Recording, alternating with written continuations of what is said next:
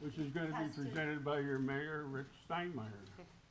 Lord God Almighty, creator of all things, be with us tonight. Help to bring us and the people of Bonita into your kingdom of love and grace and mercy. Amen. Matt, would you lead us in the Pledge of Allegiance, please?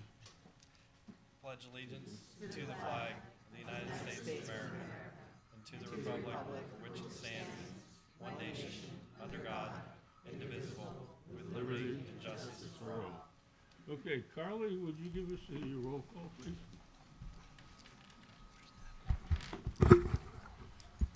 Councilwoman Caramba, Present.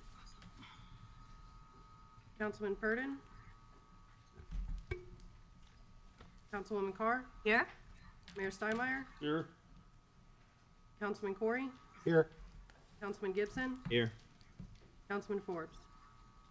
Mayor and Councilmember Forbes will be joining virtually shortly. Okay. Okay, agenda. I'd like to move Eve Haverfield, who's with Turtle Time for the last 32 years, 6 months of the year, 7 days a week. She patrols the beaches, taking care of the turtles and the turtle nests and the environment for us. And I'd like to make a motion to let her move up at this point. Second. Roll call, please. Councilwoman Caramba, Aye. Councilwoman Carr, No. Mayor Steinmeier, Aye. Councilman Corey, Aye. Councilman Gibson, Aye. Councilman Forbes. He's not here yet. Okay. Eve Haverfield, please come up to the microphone. Now, Eve is, I've known Eve for 32 years. She put my mother to work for her. I think she was the first turtler on Bonita Beach. You're taking away my thunder. Okay, go ahead. Eve Haverfield, Turtle Time Incorporated. Thank you. Do I need to move? No, I hear you good. I don't know. Okay, so I'm Eve Haverfield. I'm Director of Turtle Time. I've been monitoring sea turtles in Lee County for the, dare I say it, 41 years. 31 of those years on Bonita Beach, actually, 31 years. In 1990, I received a call from a distraught resident who found dozens of little sea turtle hatchlings trapped in a parking lot drainage ditch. I was able to rescue them, and I've been here ever since, so that's 31 years. Turtle Time is an all-volunteer organization, and as Mayor Steinmeier said, one of my very first volunteers was a wonderful lady named Jean Steinmeier. She is the person who also introduced Turtle Time to the community, and we are forever grateful to her. She was a wonderful lady. She kept marking nests until, I think, well into her 80s. It's outstanding, outstanding turtler.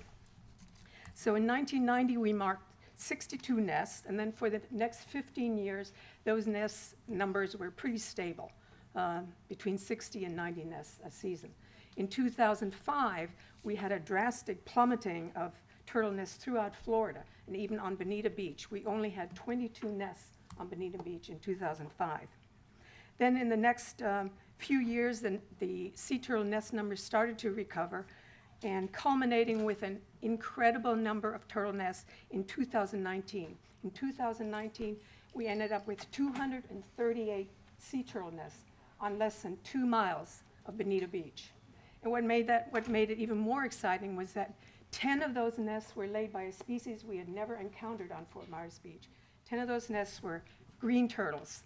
And that, to us, is extremely exciting. Green turtles weigh over 400 pounds, by the way.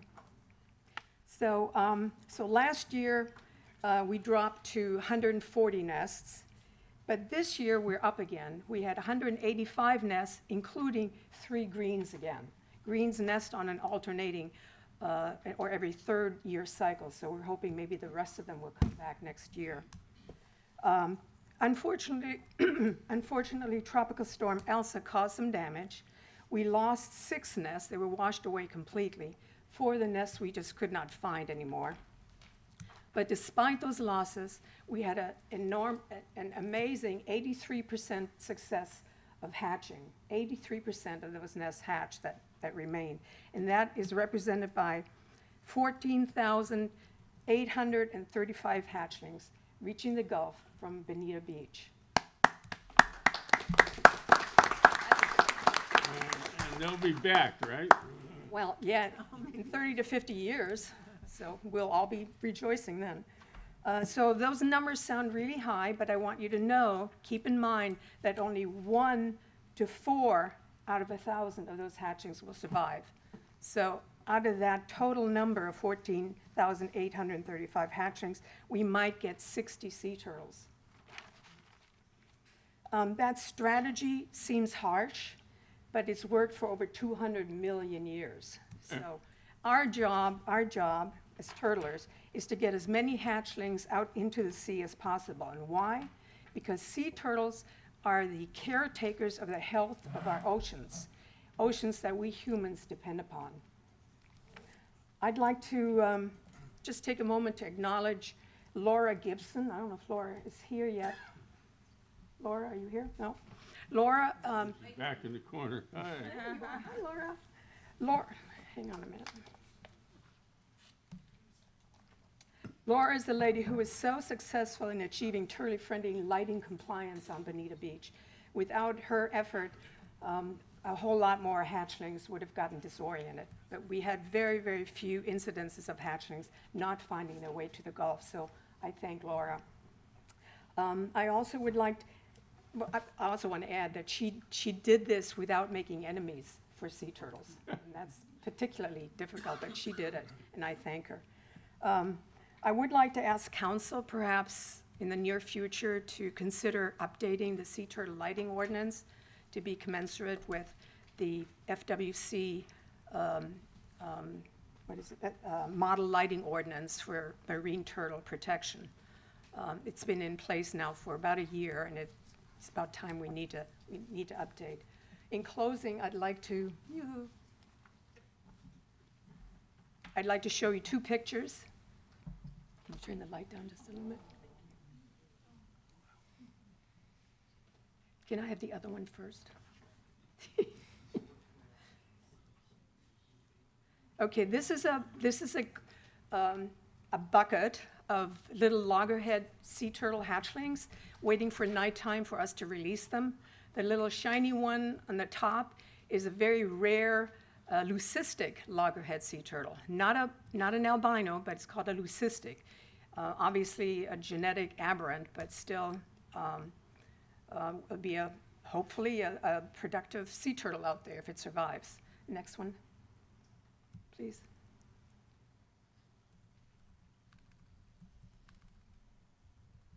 And these two cuties are green sea turtle hatchlings, and as you can see, they are not green. They get their name from the layer of green fat that's underneath their skin. Aren't they cute? Yeah. So, thank you very much. Well, thank you, Eve. Keep up with the good work.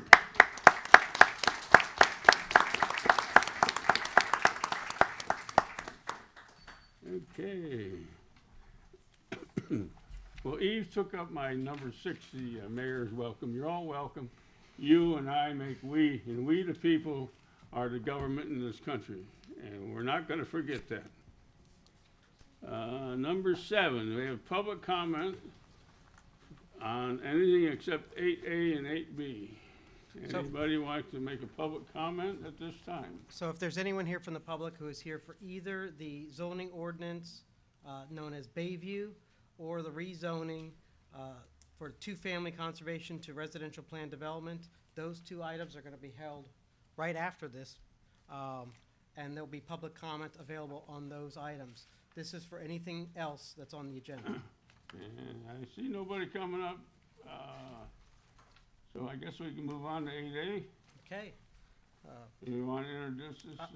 I will, Mr. Mayor. This is a second reading and public hearing of a zoning ordinance of the City of Bonita Springs to amend the residential plan development portion of the Bayview on Estero Bay commercial plan development to increase the maximum permitted building height, add restaurant group 3 and hotel/motel uses to the schedule of uses, add 3 new deviations relating to the restaurant and hotel/motel use, and to modify 2 existing deviation justifications relating to increase in height, and to modify the master concept plan to provide for these changes, and to provide for an effective date. I think we've got a number of people for this item and the next two items. What I'd like to do, Mayor, is because it's a quasi-judicial hearing, I'd like to swear everyone in now. So whether you're here for this item or the next item, if you intend to speak, your testimony needs to be sworn. So I'd ask you to stand and raise your right hand. Oh, And do you swear or affirm to tell the truth, the whole truth, and nothing but the truth?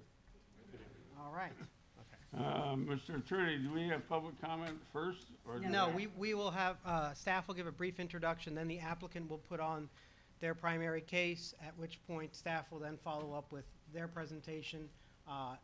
You'll have an opportunity to ask questions of either the applicant or staff at that point, and then we'll open up to public comment.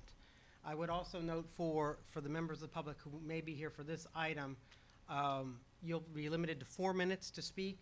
Please direct your questions to the mayor and the council. If you have comments or questions, this is not a back and forth opportunity, so I would ask that both the public and the council, and the understanding there's a number of people here and would probably like to all have the opportunity to speak, hold their comments to the end. Okay, moving along. So then we make a motion if we want to approve it or not approve it? I would, Recess I that. would, you can make a motion before opening the public comment, or you can make it at the close of the public comment. Thank you. Good evening, Mayor and City Council. For the record, Jacqueline Genson with Community Development. What I'm going to do is just like Derek had stated, is I just want to set the stage. So I'm actually going to do the first few slides of my presentation, and then I will go ahead and turn it over to the applicant. For staff's representation on who reviewed the petition, it was myself as the lead for comprehensive planning and zoning, Laura Gibson with environmental services, Tom Ross, our transportation engineer, Stuart Smith, who is our professional engineer for civil and stormwater, Jay Sweet, our city surveyor, who's also a professional planner, Aida Williams, who is our floodplain manager, Estero Fire, Mr. Danielson from Estero Fire reviewed the petition. We also distributed the application to the Village of Estero and also Lee County, and that would be the Department of Community Development and also the Department of Natural Resources. We also had Theriac in Spain, David Theriac, also a part of the review team, and he is joining us by Zoom. In the audience, I do have Tom Ross, our transportation engineer, and also Laura Gibson and John Dolmer, the Community Development Director. So first, I just wanted to start off with a map of the area because we're going to talk about a lot of projects and names, so it just kind of made sense to go ahead and lay the framework of where certain key elements were. So here on the screen we have a map of the area, and you have Coconut Road running east-west, and up to this point it is Village of Estero's jurisdiction for permitting. Once you get past this section of the entrance, it's in Lee County's jurisdiction for permitting. You have the Hyatt timeshares, which we refer to as the Kersey Smoot residential plan development, so you'll hear us talk about that later. You have the Pelican Landing CPD RPD F1 parcel, and that's the parcel that came to council as a result of adjudication last year for the towers in Raptor Bay.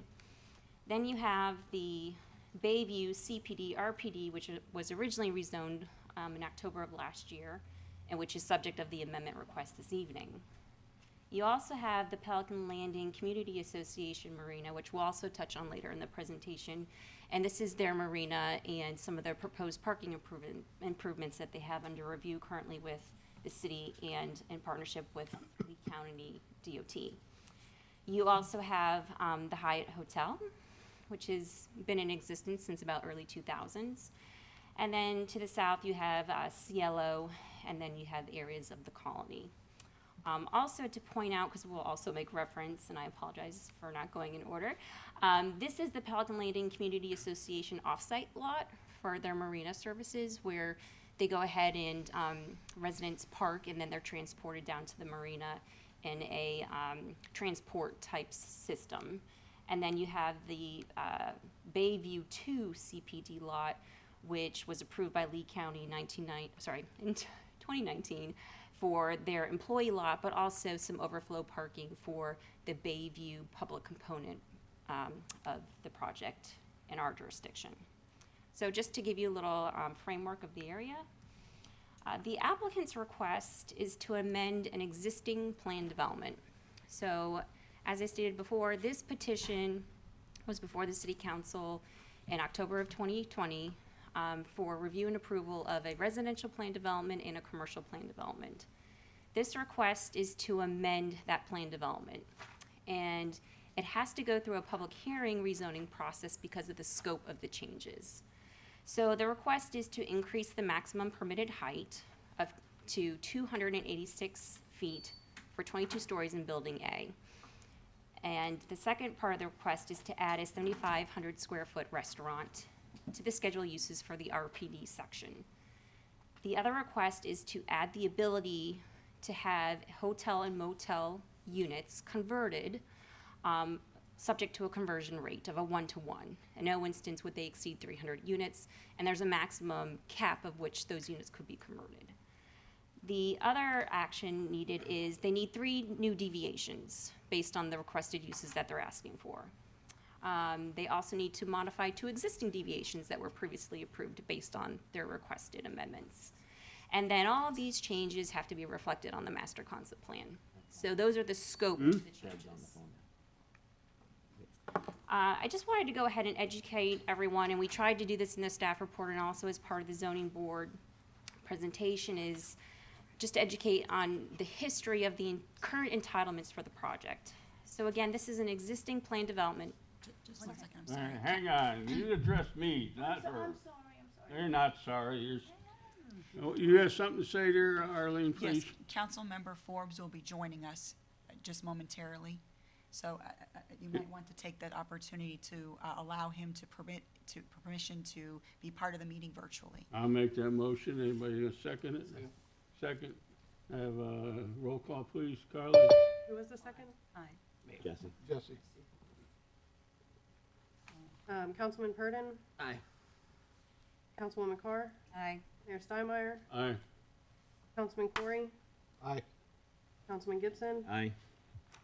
Councilman Forbes, Aye. and Councilwoman Carumba. Aye. Okay, very good, we're on deck. I'm sorry to interrupt you now. No problem, Council. So the zoning was approved in 2020, and what that zoning approved was in the RPD portion, which is the residential portion, it was 2 residential development scenarios. So the first one being the option to have a continuing care facility containing 300 independent living units and a 75-bed assisted living facility, or the ability to do 300 multifamily dwelling units. The CPD portion is what we refer to as the public access portion of the project. And that was approved for 72 wet slips, 25 dry boat slips, which 15 of them would be on site on this parcel, and then 10 of them would be off site at the Bayview 2 parcel in Lee County's jurisdiction, and then the 1 boat ramp.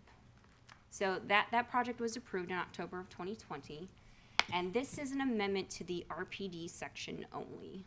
That is the request that is before you today. With amendments, they are still evaluated and reviewed consistent with the Land Development Code. So we looked at the intent of the plan development districts based on this subject request.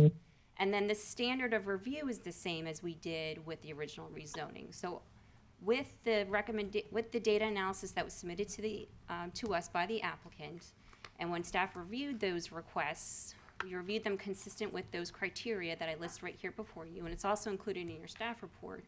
And that formulates the basis for staff's recommendation, but it's also the basis for the zoning board's recommendation. So this was scheduled for the zoning board on September 21st of last month, yes. And the discussion points that transpired at the hearing between the zoning board, staff, and the applicant were relative to the height. They asked the developer, did they know if they were pursuing one development option versus the other for the residential component. There were questions about the analysis for hurricane evacuation.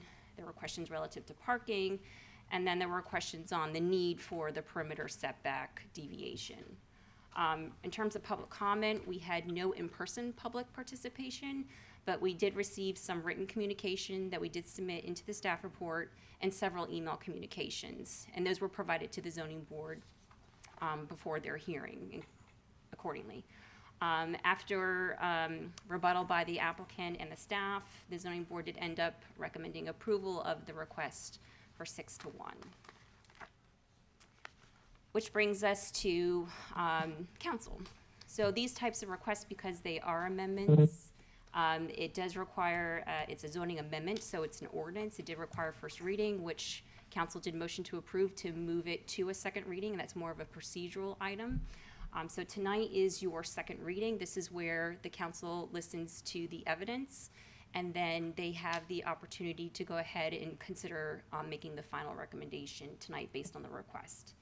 In terms of public comment, we received numerous communications and participation at the first reading, and also multiple communications since then prior to the second reading. I made every effort to make sure that those communications that I received, that I responded to those entities to let them know we did receive them. Those communications were printed and they are uploaded. So council does have copies of those, and it is part of the record. Just to summarize the public comment, and I hope I captured most of them. I kind of try to compartmentalize them and hit the high points, and I do intend to address these throughout my presentation. So I will do that as part of mine. But these are really the items that are most of concern. It has to do with mostly Coconut Road and the functioning of those. Again, hurricane evacuation, intersections, operating properly. So a lot of concerns, and then just the coordination between the multiple jurisdictions on the operation and improvements for Coconut Road. Other comments we heard were uses in general, concerns about the use of the public restaurant. In some instances, I think there might have been some confusion on what this request actually was, and maybe entities didn't understand that this was actually an amendment to some approved uses already. Some other concerns we heard were about the hotel, and I think after hopefully listening to this presentation, some of those questions can be cleared up. We also had some concerns about on-street parking, and I'll cover those later. There were concerns about height. We'll cover those later. And then also the environmental impacts in terms of bay and wildlife.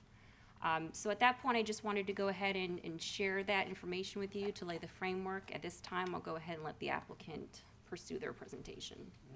Mr. Attorney? Yes. After public comment, do they get a rebuttal? The applicant gets an opportunity to rebut. Okay, thank you.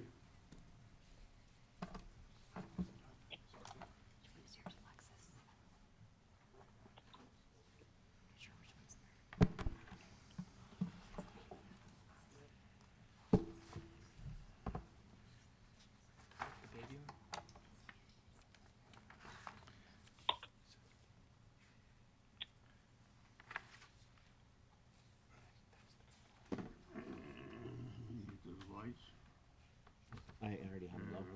Good enough. You know what, I'm not gonna need that if you, That's good enough. I've got 'em now. we're ready? Yeah. Good evening, for the record, Rich Jovanovich on behalf of the applicant. With me is our entire project team, Mark Wilson, Lisa Van Deen, and Craig Klingsmith with London Bay Group is here as the property owner representative. Alexis Crespo with Waldrop Engineering is our land planner.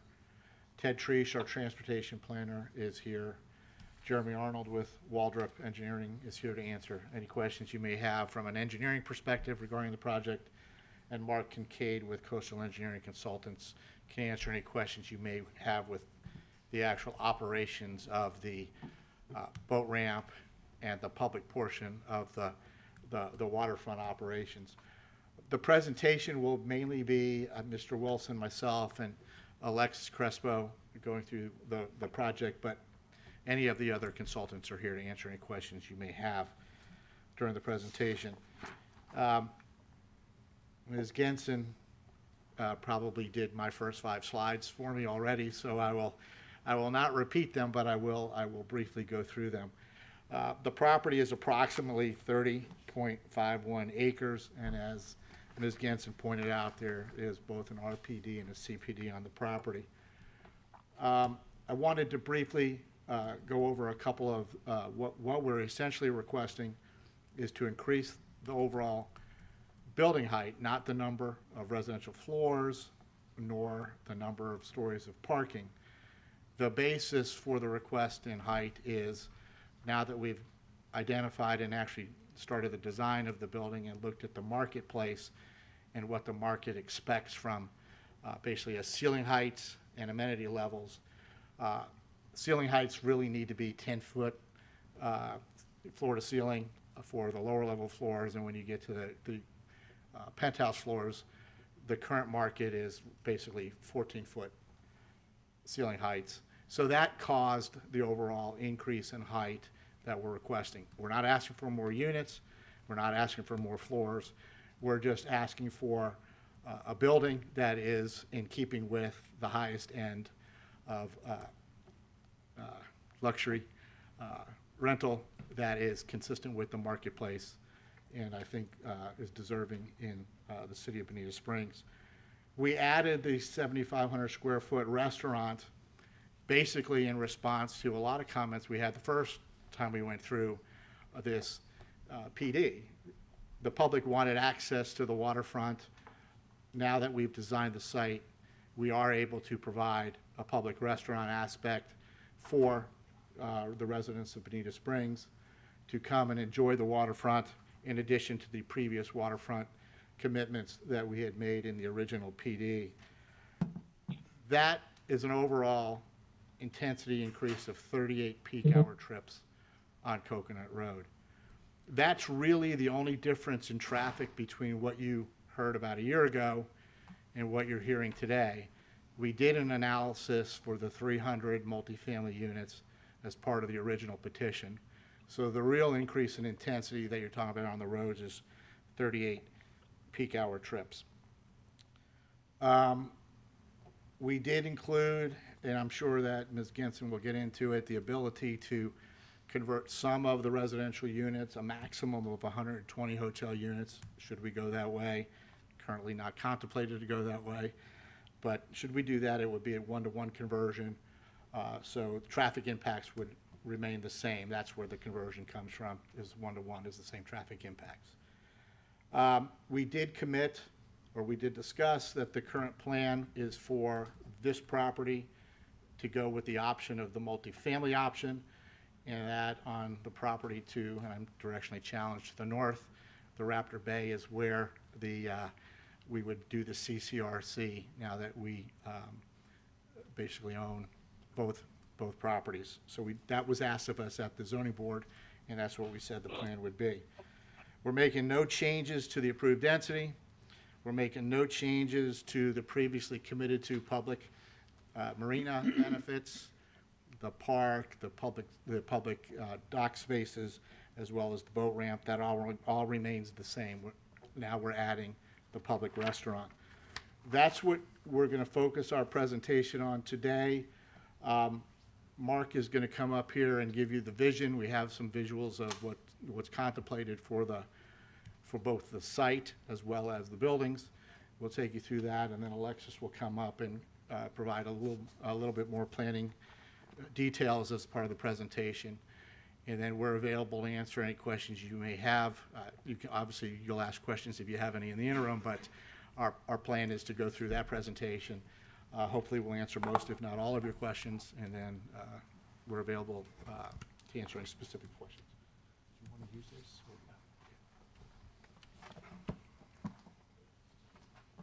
Thank you, Rich. Appreciate it. Good evening, Council. For the record, Mark Wilson, President of London Bay. So today, a few brief comments from me. Most of you already know about London Bay, but just, again, to put it in the record, company I started 30 years ago. Fortunately, we've grown extremely well over the last 30 years and have been able to build a business with a great brand, London Bay, as well as a great reputation in terms of what we do. I think it's important when you look at a project of this size to think about who it is that's developing it. The good news is we're local. We have been here for 30 years. I'm sure we'll be here for a lot longer. And everybody that works for London Bay is local, and all of our ownership is local. And what does that mean? It means we care about the community dearly, and we've been invested in the community for the last 30 years. So let's talk about the vision for this project. I think we have come up with something that really is very, very special. We understand that this is a legacy project, and the piece of land that is being built on deserves a legacy project. And this will be a legacy for Bonita Springs, for the community, and for London Bay. I don't say this flippantly. Our intention is to design a world-class residential project. What I'm going to show you today, I think you may love the design, you may not, but it's pretty cool. And I think it's important to understand the efforts that we've gone to bring about a world-class project. But let's go back a little bit and go back to last year, or in fact the last 3.5 years of all the discussion that we've been having around the marina. We heard loud and clear from the public that they really wanted public access to the marina. And we went through, for the last hearing, over 70 public meetings that we had to discuss the project and to discuss that public access to the water. And what we have come up with is a 72-slip marina giving that public access that was requested. And I think importantly, that's at no cost to the taxpayer and absolutely no cost to the city. And the program was based on our vision of quality, dealing with all of our neighbors with integrity and respect, listening to them, reacting to them, and then coming up with the answer for the project. This is the project, and these are the two buildings. And I think it's worth saying that we think that we're coming up with something that's going to be fairly iconic in terms of architecture for the community. We have brought in the absolute A team that you can hire. Our architects were Architectonica, one of the very top architects in the southeast of the United States. Interior design company, Myers Davis, one of the top 10 in the country in doing projects like this out of New York. And EDSA, probably one of the best land planners and landscape architects in the country. All three of these companies do projects worldwide. So we are very, very glad to have them as our partners. And this is a view looking from the marina back at the project. And what I think is important from this is, as we studied the design, we thought it was important to pull the buildings back from the marina so the marina itself had more breathing space as the public was enjoying this marina. The buildings weren't sitting right on top of it. So we've got some water features before we get to the building, some substantial landscaping on this side of the building and then the buildings themselves. And on the right-hand side, you can see that we managed to fit in the space for the public restaurant. Again, as we went through the 3.5 years prior to the first hearings, what we heard was people wanted a restaurant. We were able to design it on the site to give a public restaurant and give further public access to the marina. Obviously, fortunately now, as a country and as a community, we are now in an economic recovery. But we are still recovering, and the economic impact of this project I pose to you is very, very important. Just the construction alone will bring about $550 million into the community and create over 4,700 jobs. Very significant for Bonita Springs. The result of that will be about $10.4 million in impact fees, which again I think is considerable. And when we complete and we sell out this building, it will increase the tax base of Bonita Springs by over $700 million. Again, a very significant number. So I hope you enjoy the rest of the presentation, and with that, I'm going to hand over to Alexis. Thank you. Good evening, Alexis Crespo with Waldrop Engineering, representing the applicant. It is hard to top those architectural elevations and renderings, so my portion of the presentation is a bit more technical in nature, running through the application request. We do have the entire team here in terms of civil engineering, marine engineering, traffic to address any specific questions you may have. To start from a planning standpoint, the underlying future land use is Coconut Village. This was adopted into your comprehensive plan in 2014. We did amend it last year to add the ability to do the 300 dwelling units, be that multifamily condominium or the independent living CCRC proposal. So we did amend it in 2020. The intent of this category is to allow for resort, marine, hospitality type uses. Adding the restaurant and adding the ability to do hotel rooms through this application is entirely consistent with this future land use category. Jackie and Rich have covered this. We're not here tonight requesting more dwelling units, density. Those units were approved back in 2020. We're here tonight to modify the schedule of uses to add the restaurant, the ability to do the hotel, Nothing is changing in terms of those 300 units, the 72 boat slips, combined 25 boat trailer parking spaces, both on-site and off-site, as well as the boat ramp for public use. I'll just note that when we had this hearing a year ago, a lot of the discussion was on whether it be one boat ramp or two boat ramps. And that was really the crux of the public comment at that time. And we really had to walk the line of how do we get great public access, great public amenities to the city of Bonita Springs and the surrounding communities, but also protect the communities along Coconut Road. And we feel like we did a very good job of balancing those interests and continue to do so through this application. This is our approved master concept plan, so this is what was approved in 2020. You can see the building A is the tower podium building. We've got our CPD area, which is in the south portion of the project, with the public amenities that I'll walk you through, as well as public parking area. We have a large mangrove preserve area around the marina to provide for protection of environmentally sensitive lands within the project. And then the eastern portion, still very much in the planning phases, but was proposed for lower rise buildings as you transition east to El Dorado Estates. I want to just walk through the public amenities that are not being proposed to change, but just a reminder of the great benefits of this project that were closely negotiated with the community. A public boat ramp, 15 on-site boat trailer parking spaces, as well as 8 standard vehicle parking spaces. We'll have a combined total of 12 wet slips available to the public. 2 will be reserved for first responders, either EMS and fire, and the remaining 10 will be available to the public. Certainly those people who want to boat up to the restaurant now that we're proposing through this application. We'll have a public kayak launch. We'll have a Sunset Park space at the very western terminus of the marina. We will have a ship store with restrooms. This ship store will provide places for staffing that can help facilitate the parking area, and we're going to touch on that as we walk you through that marina design. We have on-site environmental and historical signage being proposed along the marina areas to note the importance of the Weeks Fish Camp to the history of the area. And then I've noted the off-site boat trailer parking and standard parking spaces. We feel like adding the public waterfront restaurant is just another great amenity to bring to this project and to the areas. We know there's fairly limited waterfront restaurants in Southwest Florida despite the amount of waterfront we have. This is an illustrative view of the marina area just to point out where all those features are, because I know it's a long list. So we have our parking area along Coconut Road as you enter, where you're going to have 15 boat trailer parking spaces and then some additional standard vehicle parking spaces. The ship store with restrooms would be located here, and the restaurant would be generally in that location as well.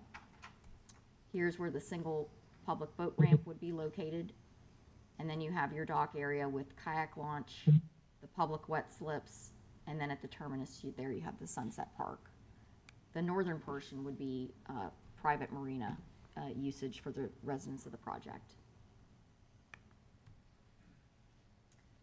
I want to touch on flow and circulation. We do have Mark Kincaid here with Coastal Consulting Engineers who designed, redesigned, and worked diligently to make sure this marina will function well. So I just wanted to kind of walk you through circulation and flow to help address some of the comments we saw in the emails. So you can see Coconut Road. Sorry, let me get my pointer going. Okay. Coconut Road runs along the bottom of the project. You'll have your boat trailers entering at the westernmost terminus. There will be signage to direct the boat trailers to this entry point. There will be signage to direct them to make a right turn. These numbered spaces are where the boat trailer parking would occur, and then these are your standard spaces. So the boat trailers would circulate in, where they would then queue up to enter into the boat ramp area. So they would queue here, circulate, and then reverse their boat in. Once completing that, they would go park on site. If it is a busy Memorial Day weekend, they enter into the site, or they are even along Coconut Road and saying, wow, that looks a little busy, honey, let's go to another marina facility. I'm presuming they're boating with their wife there. They have a boat bailout, so you can exit the site and then get back on Coconut Road and head eastbound back to 41, should you decide and that was, I think, design revision 3 where we did that boat bailout, because we did think, where are they gonna go if they end up stacking on a busy day? So they'll have that bailout ability, which we think is really key to the function and flow. And again, we're gonna have the ship store with staffing that's gonna help facilitate all this and be out there directing and traffic on busier days. You've heard, I think, 2 speakers now explain the request, so we are not seeking to increase number of stories, but have both buildings be 286 feet per market demand, add the public restaurant. I want to be clear that we're asking to include hotel as a permitted use. If any hotel units should be built, that will draw down out of our approved number of dwelling units. So we have 300 units. If they wanted to do 100 hotel rooms, we could only do 200 units. So a very simple one-to-one conversion between hotel and condo, if that is enacted through the PD. The deviations are kind of housekeeping related.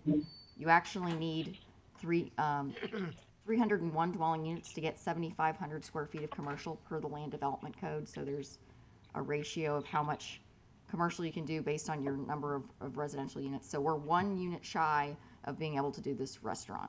And so that was, again, a fairly straightforward housekeeping deviation. We also needed to have some signage that required a deviation. This is our proposed master concept plan. If you recall the previous slide, this is very similar to what is approved today. Really no major changes, just locating the restaurant where the Star is located on your slide, again, adjacent to the marina area, and then relabeling the building height to 286 feet. That's the thrust of the changes. Mark mentioned that as we've been working through the redesign, the building is getting pulled back. So we want to put on the record tonight that we will be filing an administrative amendment with your staff to update the master concept plan to show that building location where it will fall. And I think this is a little bit of a better view of it. So we'll be showing that building pulled east into the site with the ability to have that water feature. That will get the buildings kind of off the water and give a little bit of space and separation between the waterfront and the buildings, and have areas for a lot of landscaping and hardscaping, and will make for a really nice environment there. And what I'm going to show you a little bit later is that this dramatically improves views of the property from our neighbors' perspectives, because it's opening up the water views from adjacent properties, as opposed to pushing the buildings closer to the water, which could potentially block views. From a height standpoint, this is a image of the proposed Bayview towers at the 286 feet. And this is done to scale in relation to the Hyatt Coconut Point and the towers within Pelican Landing. So you can see that the 286 feet, while slightly higher than the Hyatt Coconut Point, is still generally consistent, compatible visually with the building height within the area. We know West Bay Club nearby is seeking, I believe, 300 feet of height. So this is really what the market is demanding for these last remaining tower sites within this portion of Southwest Florida. So we wanted to show what those views would look like. This is if you're traveling westbound on Coconut Road. This is approximately near the entrance to the Colony, and you can see the proposed towers in proximity to the Hyatt Coconut Point. Again, not visually incompatible with the existing building heights along the roadway. And when you build in the existing vegetation, certainly at some point that property owner could change that, but the existing vegetation today would virtually shield views of those buildings based on the thick vegetation that exists. This is a view from El Cielo looking towards the site. You can see the Hyatt Coconut Point and then the proposed towers located to the north and west. This is a view as currently approved today. So this is our building heights. We had a 10-story tower and the 22-story tower. And this is with it being pushed up onto the waterfront as it's approved today on the current 2020 master concept plan. This is a view of what we'd be proposing to do, where we pull the buildings back and have the water feature abutting the water. And you can see this really, and this is from the 11th floor of Hyatt Coconut Point. So if you're looking northwest from Hyatt Coconut Point, I'm going to just go back to show that. So based on what's approved today, there is still certainly water views, but the building does impede that somewhat. And then this just opens up views for them. So we really think this is a win-win in terms of the design quality of the project and then also protecting surrounding views. Our data analysis attached to the application shows there's sufficient public infrastructure to support these additional restaurant use. That's really the only intensity we're adding. No other changes really impact the infrastructure that this project will utilize, because again, the 300 units are approved today. We know staff is going to address this, but we completed the required traffic study, the methodology for our traffic study, and looking at those 38 new trips generated by the restaurant evaluated along Coconut Road. It was approved by your staff. We built in all the existing vested trips that are going to use Coconut Road. So that includes the Raptor Bay project that's not built yet, the 2 remaining towers in the Colony that aren't built yet but are vested. We included all that background traffic in this analysis. So we want to make very clear that it was done thoroughly, reviewed by your staff based upon an agreed upon methodology, and also looking at peak season data. You know, the concern is this was done in the middle of August when the road's not being as heavily used, and that's not the case. They don't allow us to do traffic studies that way. I want to just reemphasize that we're only adding 7,500 square feet of restaurant, which generates 38 additional trips. So that's the only new trips through this amendment that's being proposed. And we will continue to mitigate our hurricane impact through having a comprehensive emergency management plan that the project is required to have, and also paying our hurricane mitigation fees per your land development code. So I'm going to wrap up with just noting your staff has recommended approval. We did receive a recommendation of approval from your zoning board back in September. We are in total agreement with staff on all the conditions in that staff report. The 300 dwelling units are approved today, and the impacts of those units have already been addressed and assessed. We are in agreement with your staff that this request is consistent with your land development code and comprehensive plan. The building height, as we demonstrated through our visuals, will be consistent, compatible with the towers in the general area along that waterfront. And really our design tweaks here will enhance views on surrounding properties. And we have made no changes, and if anything, this amendment will enhance the public amenities at this marina by adding the restaurant use that will be open to the public. With that, I can turn it back over to Rich, or we can answer any questions you have. You can ask questions now, the applicant, or you can hold them till after the staff, whatever your choice. That's full Yeah. Thank you. staff report. Thank you.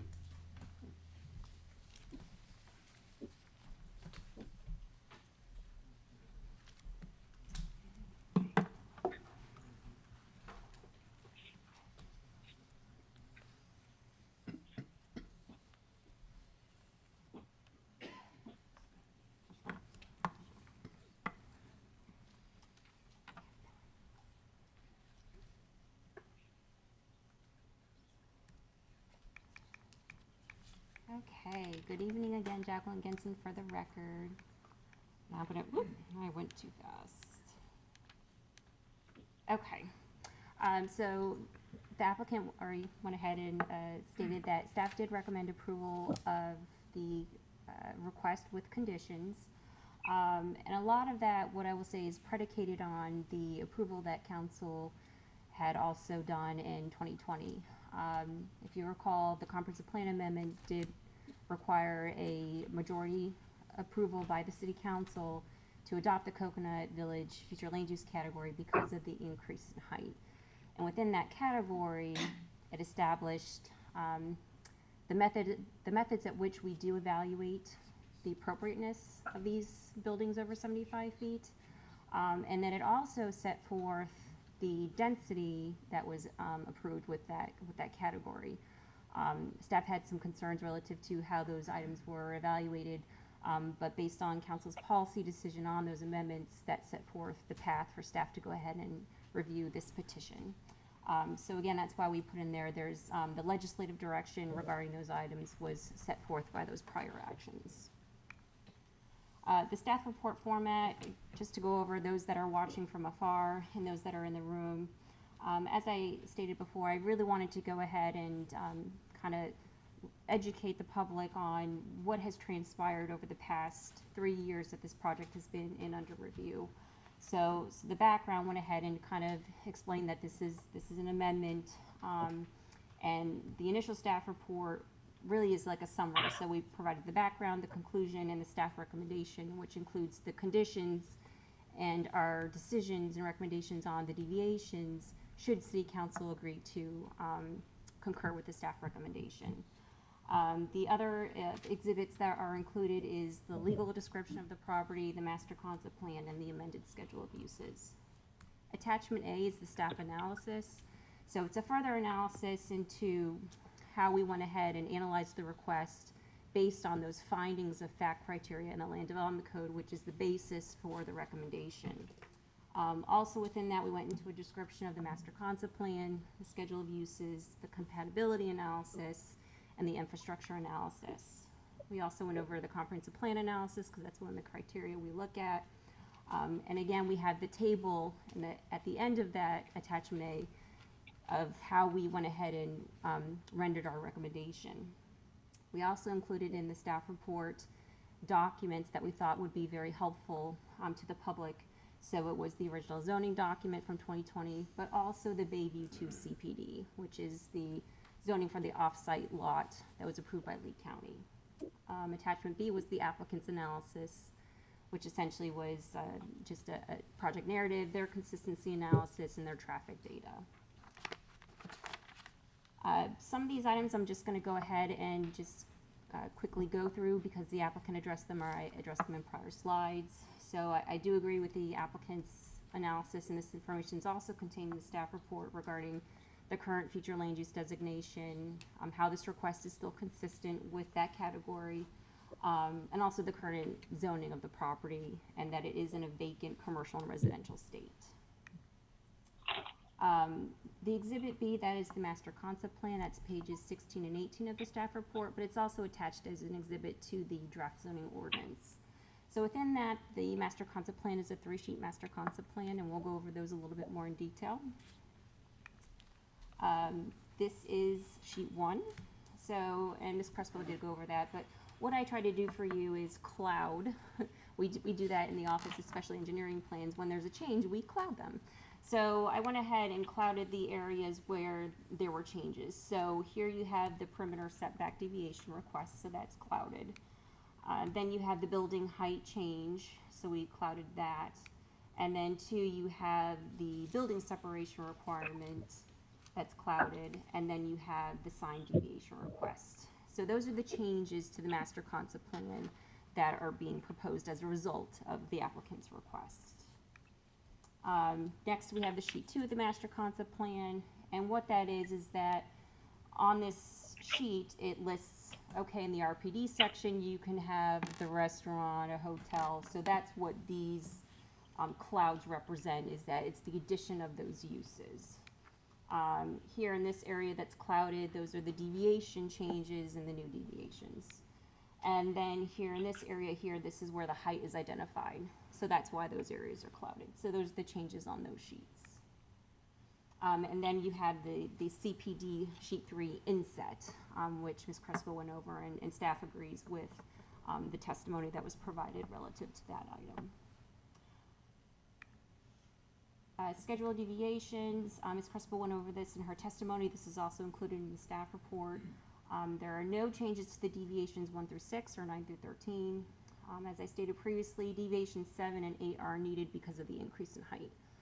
The code requires a certain distance of the sum of half the heights for building separation, and then there's also another standard for your plan development setbacks. Staff had no objection to those deviation requests. London Bay still owns the property to the north in terms of the perimeter setback. They plan to also still incorporate that project. So from a compatibility standpoint, we had no objection to that request. Also with the building height separation, no objections to those requests. The sign deviation, we have no objection to that request either, because we want to make sure there's proper wayfinding signage for people to actually get to the public restaurant. Exhibit C is the schedule of uses. That's page 9 of the staff report. Also Exhibit C of the draft zoning ordinance, and that goes ahead and reflects the 2 additional uses. For the CPD, there are no changes. For environmental and stormwater, as I explained when we set the stage for this, is that the analysis from the environmental standpoint in terms of impacts to the bay, land use cover, so vegetation cover, wetland impacts, all that was evaluated as part of the 2020 zoning ordinance, or the 2018 case, I will say. So we had our environmental analyst, Laura Gibson, on the case. We had Lee County Department of Natural Resources. They help administer the Lee County Manatee Protection Plan. So those entities were on the original request for the boat slips, for the location of the preserve areas, the buffering, impacts to wildlife. All of those items were evaluated as part of the original 2020 zoning ordinance. Therefore, as part of this application request, and we did have Lee County DNR, Department of Natural Resources, on this request, and there was no comments from that agency. In terms of stormwater management design, our city engineer was also a review participant, and because the stormwater design conceptually at this point was not changing, there was no concerns. Also, as I stated, we had our floodplain manager also a party to this amendment request, and she had no comments, because most of those items are taken care of at time of local development order. Transportation. So I'm going to cover this slide, and then I'm going to have Tom Ross come up for the next slide, and then I'll come back and just go ahead and communicate some transportation coordination items. But in terms of transportation, this is included in the staff report on pages 24 through 25. And this application, we in community development think it's very important to coordinate with our agency partners. So when a petition comes in and we know it's going to impact another jurisdiction's infrastructure, we have them part of the review team. We do that for the same thing when it's in the interchange. We have FDOT a part of that review. So that's very important to us. So this was distributed to the Village of Estero and Lee County. So we did, as a staff, want to let them know what petition was coming in, what the request was. So this was distributed at the staff level to those agencies. Tom Ross, our city transportation engineer representative, did review this request. And again, the request is for the addition of the 7,500 square foot restaurant. The hotel conversion, I agree with the applicant's analysis. And actually staff was more conservative in the conversion. We wanted to do a 1-to-1 flat out 300 units, no matter what, if it's hotel residential, with a cap of about 120 hotel units, because we just didn't want any ambiguity. 300 is it. So, and the applicant had no concerns relative to that. There's been a lot of concerns and discussions about Coconut Road, and we'll probably talk about this a little bit more, but perhaps there's some other type of transportation condition that we could add to help bring some comfort to the concerns that we raised, or we heard, sorry, as part of the public comment. But again, Estero and Lee County have been offered to participate on these petitions. The other thing I want to point out is that in the 2020 zoning ordinance, there was a condition, it's condition 8 for transportation. Nothing in that condition is changing. So the big highlights on that, and it was a 4-part condition, but the big ones that I think are most important is that actually the Village of Estero asked us to include a condition that we actually put in the Raptor Bay petition about the contribution to the signal at Colony Plaza and US 41. And as far as I know, that signal is in the design phase. So that was important to the Village of Estero in 2020 for Bayview, and that's the condition that's in, that is not changing, and the design is in progress. The other item that's very important is with Lee County, they provided us conditions of approval as well, because Coconut Road is in their jurisdiction. So what they said is that they reserve the right to go ahead and evaluate and approve the access points to Coconut Road. So that would be for the RPD and the CPD, because there are some tight constraints between driveways and whatnot. So there's a condition in there that the county reserves the right to look at those access connection points. Also, a lot of things that I heard too in the emails were the concern about the proposed conceptual on-street parking. So this master concept plan does have some on-street parking. It's standard on-street parking spaces. It's not for boat trailer parking. Conceptually shown on the north side of Coconut Road. It's conceptual. It is also in the county right away. It is subject to their review and approval. And we've coordinated with the county on several petitions. They will look at safety. If it is not a safe condition, they will look at safety. If it is not a safe condition, there's not going to be parking on that right away that is authorized. I do understand that there's some concern that right now on the road, especially near the Hyatt, that the Hyatt parks there. As far as I know, I'm not sure how the Hyatt got permission to park there. I don't know if they do. I know there's signage there. But when I pulled the development order permits for the Hyatt, for the 1999 plans, I do not see parking authorized in that right of way. But that is a county right of way. So again, it's within the enforcement powers of the agencies to go ahead and dictate what should be within that right of way. So that's what I'll talk about that. And Tom's behind me, great. So I'll let Tom go ahead and talk about the zoning methodology and what we anticipate as part of the development order.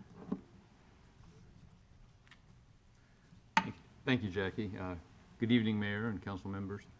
My name is Tom Ross, traffic engineer for community development, for the record. So yeah, the methodology was very straightforward. We required them to follow the TIS guidelines that the city has, and that included studying the roadway and the traffic conditions during peak season, which they did. And it also focused on the net change. So if you recall, this development had already been approved for the 300 multifamily units. This amendment was for the increase for the restaurant. So that's what the traffic study focused on. It did include all the traffic for all the uses, but what it looked at, as far as the evaluation was concerned, was the net difference. And based on that change and based on the conditions out there today, there is sufficient capacity on the roadway. Now, in the future, other developments are going to come along that have zoning approval too, and each of them, including Bayview, will be required to go through the development order TIS study phase.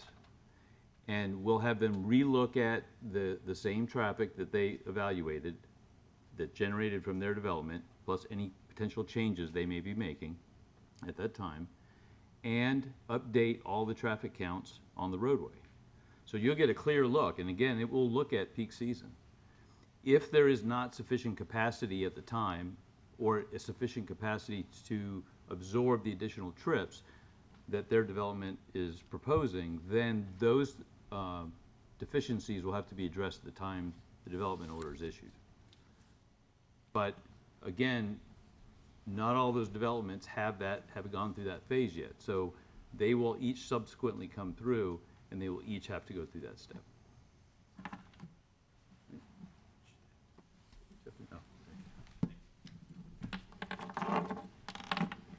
The other item I will just also touch on is that I also heard some comments about construction traffic. As part of development orders, we do go ahead and ask for construction management of traffic, so MOT. So that would also be requested at time of development order, so we understand what that is. And I can't speak for Lee County or the Village of Estero, but if anyone damages their infrastructure, I'm pretty sure they're going to let us know. So transportation coordination. So this is some things I wanted to touch on. So we heard a lot about road impact fees, and the attorneys can dive into this later, but road impact fees are collected for new development that has an impact on the network. They can only be used to improve capacity. We do understand that there's been a lot of public comment about the city entering into agreements with their partners, such as Lee County or the Village of Estero, to address those items. Also, as part of the public comment, we understand that the Village of Estero city manager has also sent the council a letter. So just to let the public know, we are in receipt of that. But ultimately, it is a policy decision, and we can touch on that later, so you choose. In terms of the Bayview 2 CPD, so that is the off-site lot that is directly to the north of Coconut Road across from the Colony. So what I can share with the public on that, and I've had the opportunity to share that with those that specifically brought those concerns to us, is that the Bayview 2 CPD was approved for 94 parking spaces. It was approved by Lee County in 2019. And so it was Lee County's jurisdiction. They're the ones that reviewed that zoning document. What that does include is that it does include 14 off-site spaces for our Bayview project, standard spaces, and then also the 10 additional parking trailer spots. But that's it. That's all they're obligated to provide, is 10 boat trailer spaces. There was a lot of concern from the public that the boat trailers are going to be queuing in the right-of-way and whatnot, but I think from a pragmatic standpoint, if there are off-site trailers that do unload and launch into the bay, and then they come down to Coconut Road to park at this off-site location, there's going to be some timing in between. So I hope that might give them some comfort in that. The other function of that lot is that that's going to be in the employee lot for the employees that are going to actually work at the Bayview residential area and in the marina area. There's also conditions in that zoning resolution by the county. It's conditions 8 and 9, I believe, where they understand and they recognize that the access point to Coconut Road is in one jurisdiction, and there might be needed improvements in another person's jurisdiction or another area's jurisdiction. So they recognize that. So there's a condition in there that addresses that. And then there was concerns about visual impact. So there's a condition in there about buffering. But again, when Bayview 2 CPD goes in for its development order permit, which is its site permit, they're going to have to submit a traffic analysis too. And depending on what those turning movements show, I believe that the village and Lee County will let them know if improvements are warranted. So those conflicts that I think the public is concerned about and raises some valid points, those will be analyzed. They should be analyzed. At least I believe they will be. Some other concerns we heard were the improvements for the Pelican Landing Marina.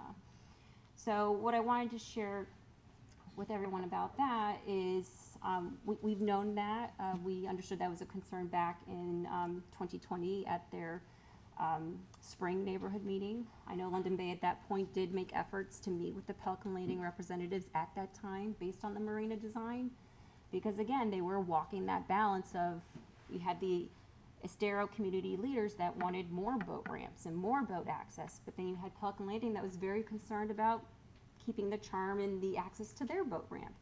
And that's why there's the design that we have before us, or that was before us back in the fall of 2020. So those items were looked at. In terms of the current proposal for Pelican Landing, so as I explained earlier in the presentation, they currently have the off-site satellite lot where residents park and then they're shuttled over to their marina. The current proposal, and I know Mr. Hyman's here and he'll probably speak on this too, is that because of COVID, they were looking at different ways to move people. And obviously with the advance of COVID hopefully going away, you know, this lot probably still is well needed for them during their high peak season, but what they're doing is they're adding these parking lots. So you got one to the south and one to the north, and then some parking spaces down by the marina. So they're adding 100 parking spaces. So again, we know there's going to be a lot of coordination that is needed, and so we are working with Lee County because that section of Coconut Road is their road for ownership, maybe not maintenance in some areas. But the city staff and the county, and I will say thank you to the residents that brought this to our attention, yeah, we do need to coordinate very closely on this area. So, and so we are, and I hope that the county and our staff will go ahead and be able to give them those comments on what we anticipate. So it is a safe condition, whether it's stop controls or some other type of traffic calming controls. So both projects can coexist and move forward appropriately. But safety is definitely on the minds of both the city and the county as part of these reviews. And again, I wanted to go back to the public that the Bayview site is only going to have the 15 parking spots on site and 10 off site. It's limited to 25 for the public piece. And the way that the zoning is conditioned, while it is a public access component, it will be run by either London Bay or their third-party operator. And they have every interest to make sure that it operates safely and efficiently and in an attractive manner. Some other feedback that we heard was development in the area.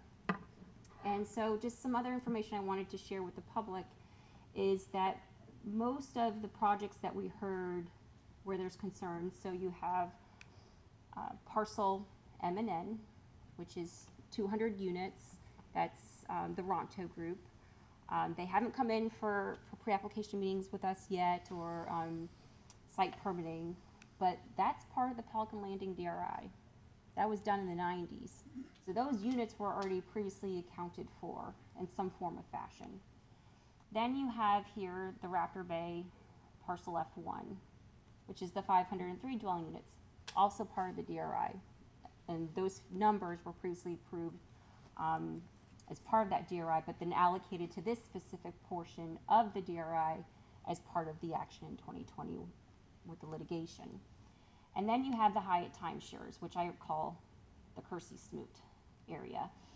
So that too, it's a part of the DRI. So with DRIs, and I'm sorry, DRIs are developments of regional impact.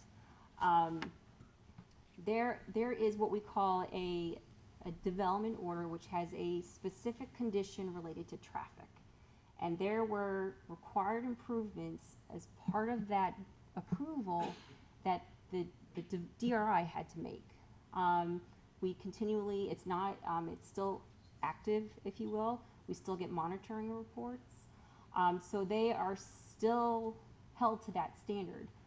Also, in addition to the DRI, they have zoning approvals.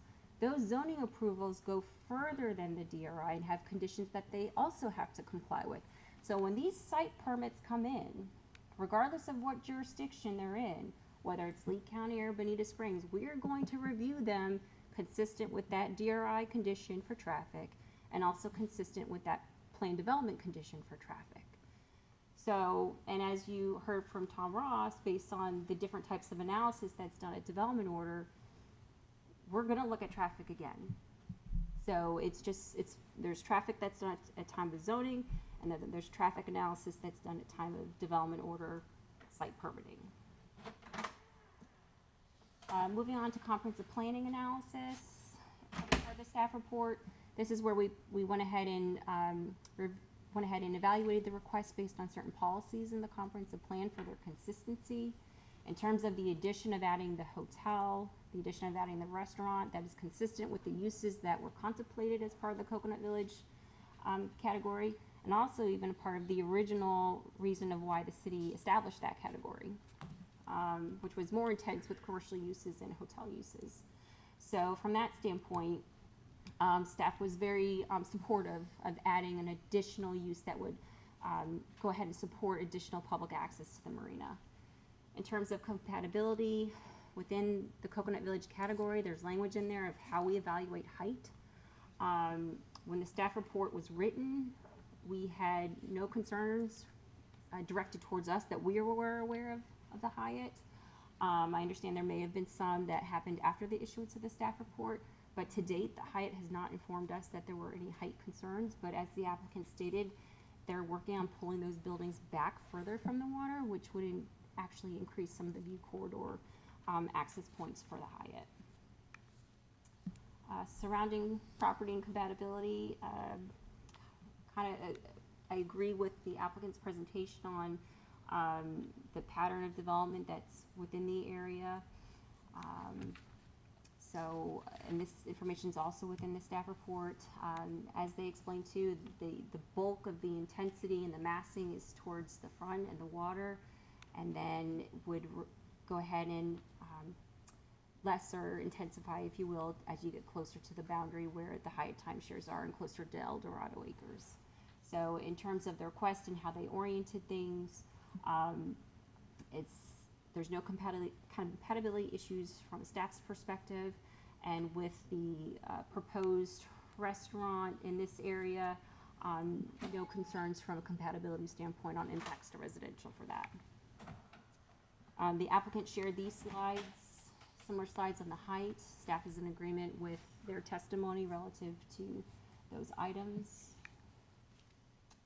Additional comprehensive plan analysis is also included on transportation. And again, going back to our coordination with the other agencies. For conservation coastal management, the uses that they are proposing in terms of the restaurant use and the hotel use, there's no additional concerns from a coastal high hazard perspective or coastal management area perspective. All those policies were analyzed as part of the original rezoning, and the uses that they're asking for don't require additional analysis as it relates to that because they're not adding residential units.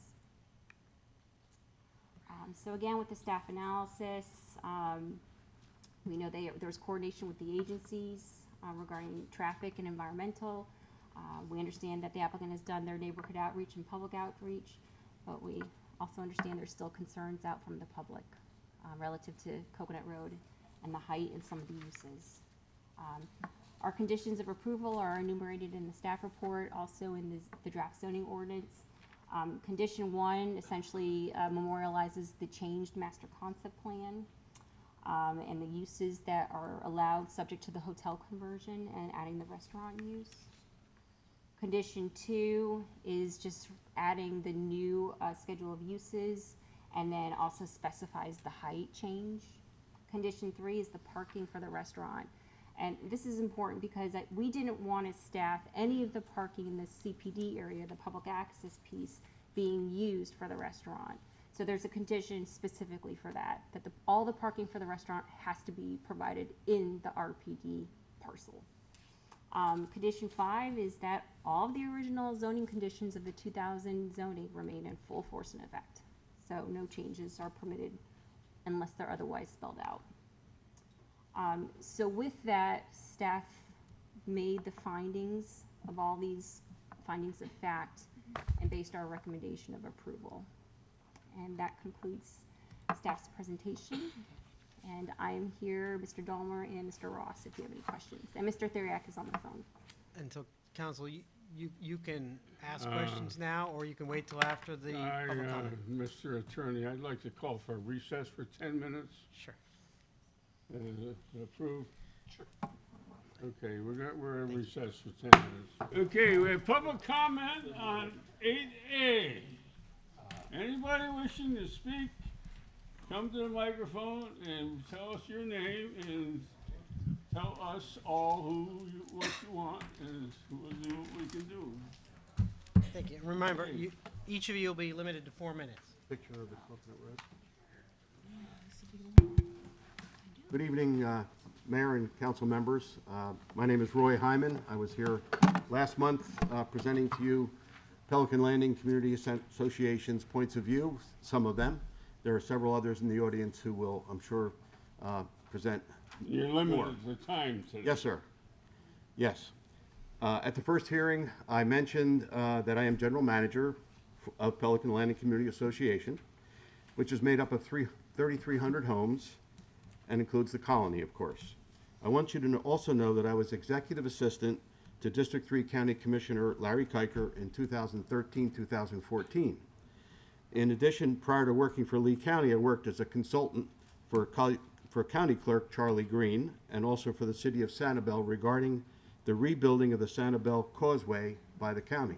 The reason I bring these things up is because during that time, there were several interlocal agreements which came to the commissioner as well as the county, which is exactly what we need for Coconut Road. Due to the confusing ownership of and responsibility for the road, as the mayor has pointed out before, Bonita Springs does not own the road, but I'll get into what Bonita Springs does own. We are impacted by this new development on an already failing road to come together for the mutual benefit of all the parties, which is what we're suggesting.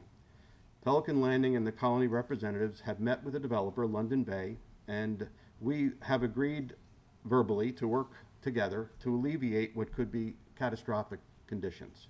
We need the city, the village, and Lee County to work together to solve this potentially dangerous situation.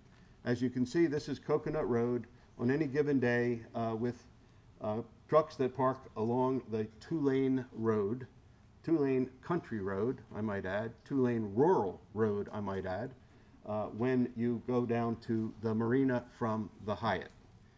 I'm sure Bonita Springs is no stranger to interlocal agreements, and while you don't own Coconut Road, as the mayor eloquently pointed out, you do own the responsibility for the health, safety, and welfare of the Bonita Springs residents, both current and future. So please don't force us to be living with another corkscrew road, but rather plan properly to resolve growth like you did for Eastern Bonita Beach Road. It's come to fruition that doing away with concurrency in our state has come back to bite us by not having the infrastructure in place before approving development. Please do the right thing and condition this zoning amendment, if you can, lawyers hopefully will prevail, on ameliorating the traffic conditions on Coconut Road. Thank you very much. Thank you, Ron. You're not applauding in this room. Yes. Mr. Mayor, Council, my name is John Pano for the record. I'm a local businessman and a local resident. Having lived out in that area for over a decade, I'm quite familiar with this site. As a matter of fact, I started doing history tours to Mound Key from this site when I first moved here. Consequently, it closed down, and now it's been in limbo for many, many years, which is very sad. It's a very important site, and it should be developed. I am excited about this development in which the city of Bonita Springs actually is the beneficiary of a park and a launch site and a ramp. Having been there during Hurricane Irma, I did notice that the gated communities, many people didn't leave, they stayed there. I also noticed that many people also stayed at the hotel, at the Hyatt Regency, and it became more of an evacuation place than a place for people to leave. When we went to leave, there was no problem getting out at all. So I'd just like to say that this is very important for the city. I think it's a great opportunity for the city. It's for the people that live in that area, that don't live in a gated community, it's the only access they'll have to the water. And I think that's very important for those folks that live out there like myself. Thank you. Thank you, John. Good evening, Mayor and Council. My name is Josh Gergen. I'm the Government Relations Manager at Southwest Florida, Inc., previously known as the Bonita Springs Area Chamber of Commerce. I'm sure most of you are familiar with us, but we're a regional chamber serving businesses in Collier, Lee, and Charlotte County. I'm here today to speak in support for London Bay's request for additional height and land use for their Bayview on Estero project. London Bay has worked with many different stakeholder groups to address concerns and find favorable solutions. Not only will the project have an economic benefit by creating new permanent jobs, but it also restores the marina, which London Bay has agreed to keep open to the public in perpetuity. The community has long sought a waterfront restaurant opportunity, and London Bay has reworked its plans to include a restaurant that will also be open to the public.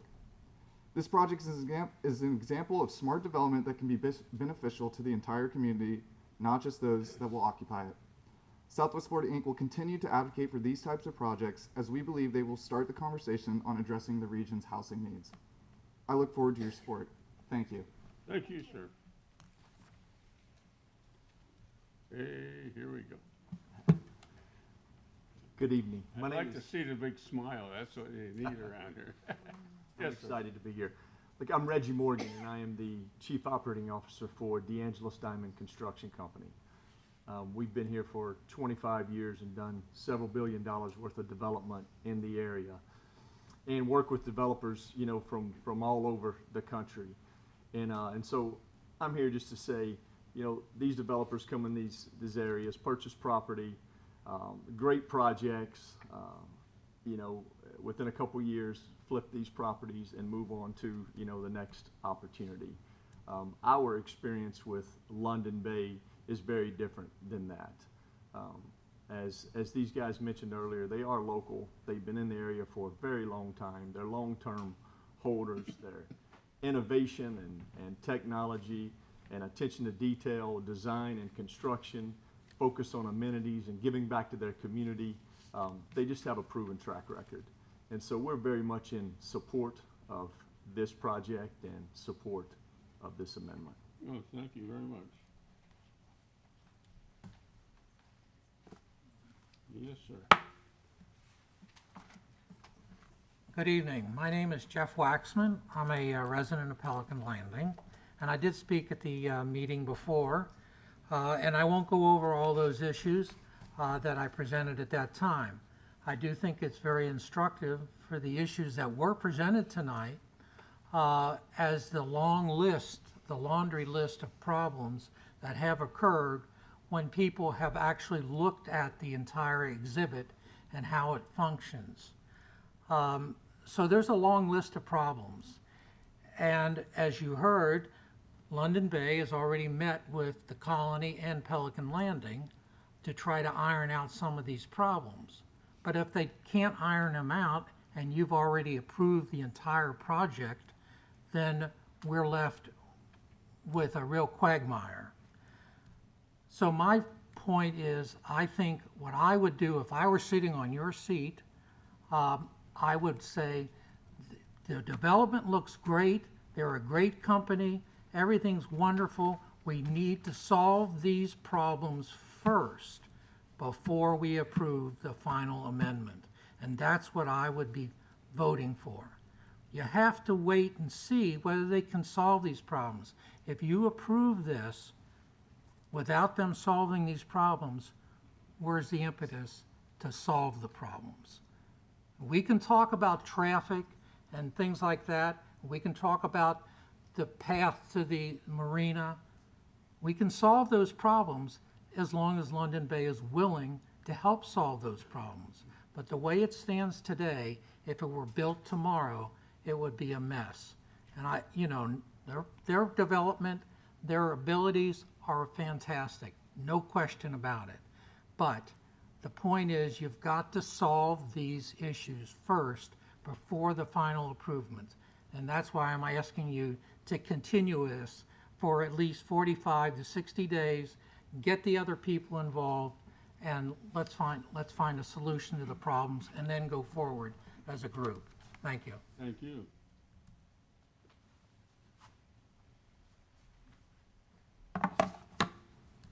Hello, Council and Mayor. You might remember me. I was here at the last meeting. My name is Robert Luce. I am a resident of Bonita Springs. I am also president of the Colony Foundation. The Colony Foundation, as was shown, we have our main entrance on Coconut Road right across the street from where the parking lot that Lee County approved. I like to just point out that this is not a problem that's going to happen, you know, 2 or 3 years down the road. This is a problem that is going to start hitting us on Coconut Road immediately upon the issuance of building permits. Right now, as you know, it was mentioned that we have 2 sites at the Colony called M&N for 2 towers of 200 units. And then we have the 300 units that are going to be started here in what we call affectionately the Weeks Fish Camp. And when these units start, you're going to have construction traffic. You're going to have traffic to bring fill in. These properties cannot be built without substantial fill. And we have fill that's going to have to be coming in for M&N, and we're going to have fill coming in for the Weeks Fish Camp. And to just give you an example, when Lee Memorial built their emergency room on the other side of 41 on Coconut Road, they said there were 9,000 trucks loads of fill that had to be brought in. And that's on a much higher level ground. So we got a lot of fill that's going to be coming in here. Then when your fill is finished, you're going to have all these cement trucks coming in and blocking the roads. And we know that it's going to be a mess because we've already seen it. When Altara, the last unit, the last high-rise that was built in the colony, the construction trucks were backed up on Coconut Road and impeded emergency vehicles coming down. So right now, you have to look at this as an immediate problem, not a long-range problem, but an immediate problem. We met, as Roy said, we met with our friends at London Bay, and we think that we can work it out. But working it out requires the cooperation of all three governmental agencies and the community, Pelican Landing and the colony. And we ask you to do that. And if you do that, I think maybe we'll have some progress, but it can't wait for when construction starts. It has to be done before construction even starts, before building permits are issued. And as you know, I think you all know that the law on impact fees was just changed in Florida. And if you read the law, I think the law says that you're supposed to use the impact fees for the problems that you create as a result of building these things. And this is a problem. There's a problem on Coconut Road. It's a 2-lane road, as you can see. I ask everybody on this council to make a dedicated effort to sit down with Lee County, Estero, and Pelican Landing and the colony to see if we can work out a plan that'll work. Thank you very much. Thank you, sir. Hi, my name is Jim Hollers. I'm a 23-year resident of Bonita Springs and the 3rd resident of the colony at Pelican Landing. And I spoke to you at the last meeting on this subject. Listening to the talks today, I was thinking about something. I've just had an idea popped into my head about what I thought was an old biblical product or saying about the pathway to hell being paved with good intentions, or the road to hell. But actually, it's an English proverb of murky origin, I read, Mark, and so you must be more familiar with it than I. And I thought another one about the famous Robert Frost poem about the road not traveled. Right now, certainly you wouldn't call Coconut Road the road to hell. It's going to be it's a beautiful area all around it, including the colony. There's going to be another beautiful area. These guys do a great job at London Bay, and we are familiar with their building, and they'll do a spectacular job, no question. I'm sure that Ronto will do a spectacular job on the towers. So it's not going to be going to hell, but you're going to go through hell to get to it. The village of Estero did a traffic study that came up with a slightly different answer than yours. And that answer was that we will be in deep doo-doo, an F-rated road by 2024. So now I guess we have dueling traffic plans and assessments, but this is going to be a tough situation. I've been driving that road more often recently. Normally I use the south gate or the north gate of the colony, or the Pelican Landing, going to the south gate of the colony, but I've been using Coconut Road more recently. Yesterday I came out of there about 4 o'clock, and it took me almost 3 lights to make a left turn onto 41 going north from Coconut Road. This is not high season yet. People are here, they're coming. There was no heavy traffic on the road, but it took me already about almost 2 lights, as I said. I was the last guy to get through on the second light to make a left turn there. If that's the case now, think of what's going to happen when all these trucks start coming through. I think the other thing is you have to understand the fact that I'm an official old fogey. I'm 77 years old, and we old fogies don't drive as well as you did when we were 37 or 47, and we make mistakes every now and then. And with all that traffic on that road, that is going to be a merciless place to make a mistake. There's not been, I don't know of any accidents on that road in a long time, and you guys maybe have studied it, but there's going to be a much different traffic situation happening very, very quickly. So I urge, as everyone else does, that you take immediate attention to this. I think the fact that these impact fees are much higher than we first thought. I remember hearing about this about 3.5 years ago when Mark made his first presentation. And then in the course of events, I had heard that the impact fees were going to be in the $2 to $3 million range. We didn't even dream it would be 10.4, was it? 10.4 million in impact fees. That's a significant amount of money, should give us help to be able to solve this problem. I know that you on the council may think that the road to hell is called Bonita Beach Road instead of the Coconut Road, but let's don't make Coconut Road one too. Bonita Beach Road has its troubles. I know you have plans, intentions to try to make that traffic situation more amenable. It's a tough one, I grant you that, but this one would be a tough one also, and it doesn't have to be if we can get to it at first. I think there are ways we can make that road work better for all of us, and certainly a narrow two-lane road is not the best solution. So I thank you for your attention, and I appreciate your public service.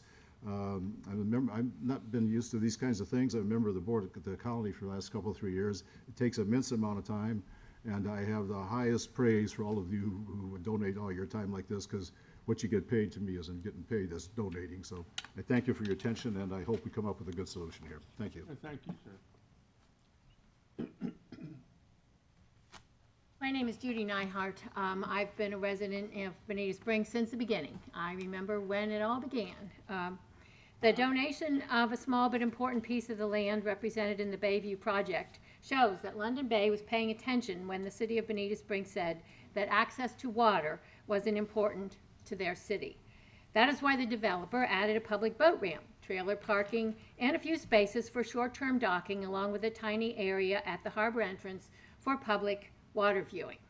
All of those are called public in their advertisements, but my city of Bonita Springs will be responsible for them going forward.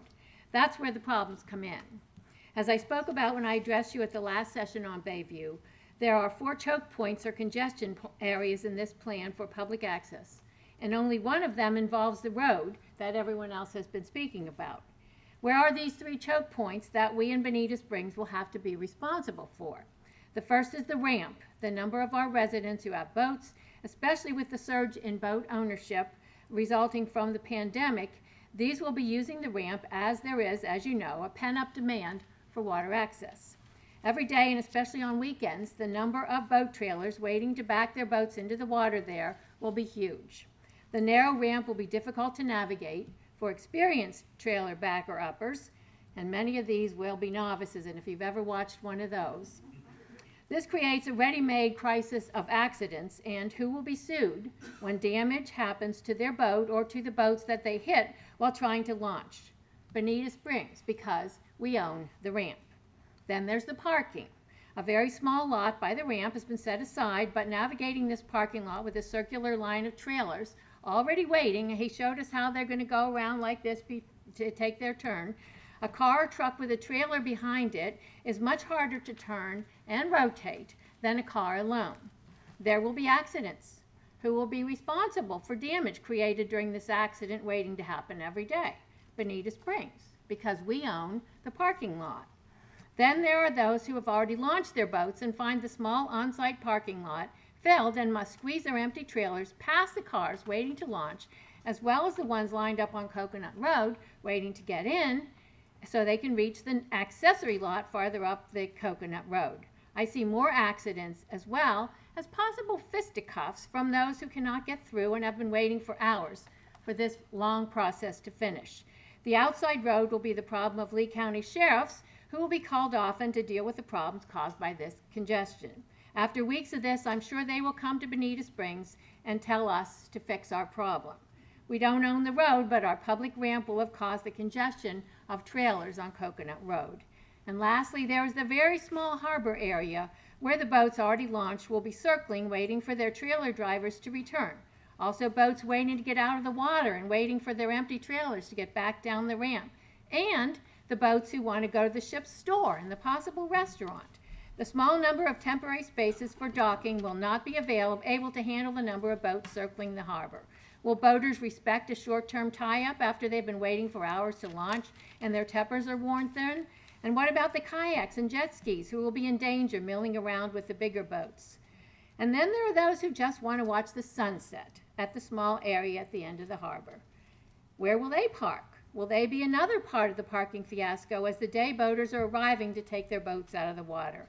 I see my city being responsible for all these problems. Public access to the water sounds wonderful, but long term, I think we will find it necessary to add a reservation system or maybe hire a harbor master. These positions will require tax dollars, but most importantly now, we need to slow down the application process to think out how to deal with the congestion that inevitably will come. Thank you very much. Good evening, Mayor, council members. For the record, Dwight Esmond, Paradise Road area, and I will be very brief. I don't live near Coconut Road, and I haven't been on it in years until today, so I have no personal interest in this issue. But I hope the council will listen to the residents who are concerned and don't make a decision that's going to make their life more difficult. It seems that all they're asking is for this council to get with Estero and Lee County and determine what has to be done to control the traffic on the only road in and out. Even the London Bay representative said at the zoning meeting that the condo residents will be most likely seasonal, so there is no question that adding a hotel and a restaurant will increase traffic. Staff and everybody are saying that the public wanted the restaurant, but in the 140 comments that I read this afternoon, not one person said they wanted a restaurant. They're concerned about traffic. And London Bay doesn't even know if they're going to make these changes. They just want the option to do it if that's what the market suggests. Now, I've been told that there's a legal reason why you have to deny a variance. And if there is, Derek, I hope you or somebody can explain what that reason is, because I don't understand it. I know the state repealed the concurrency rule requirement, and I've heard that there's talks going on between Estero and Lee County. So why not just table the issue until those talks have reached some sort of conclusion? Finally, this issue is entirely within District 1, pretty much, Amy's district. So I hope all of you and all of us will respect Amy's thoughts on this, because she's the one who represents those people. Thank you. Thank you. No pressure. No pressure. No pressure. Absolutely, I've been waiting to. Good evening, council members, mayor, good to see you again. For the record, Jim Weeks Fish Camp, Bonita Springs Historical Society, and many other buildings in this community, like so many. I am here once again supporting this idea of what's going forward for the Fish Camp property, because the sooner we get it open to the public, the better people realize this road is a public road. It has a viewer's road attached to it since the 50s for a reason. So many communities have been built while we're waiting for a developer to come along and do what would make it work for the community and the history there. And thank God London Bay has done it. I wish that it came down much sooner, so there'd be less towers on there now, and we wouldn't have this argument about the public access portion of this deal. So please, let's move forward and not wait any longer. I'm sure we can work out the road. I live off that road.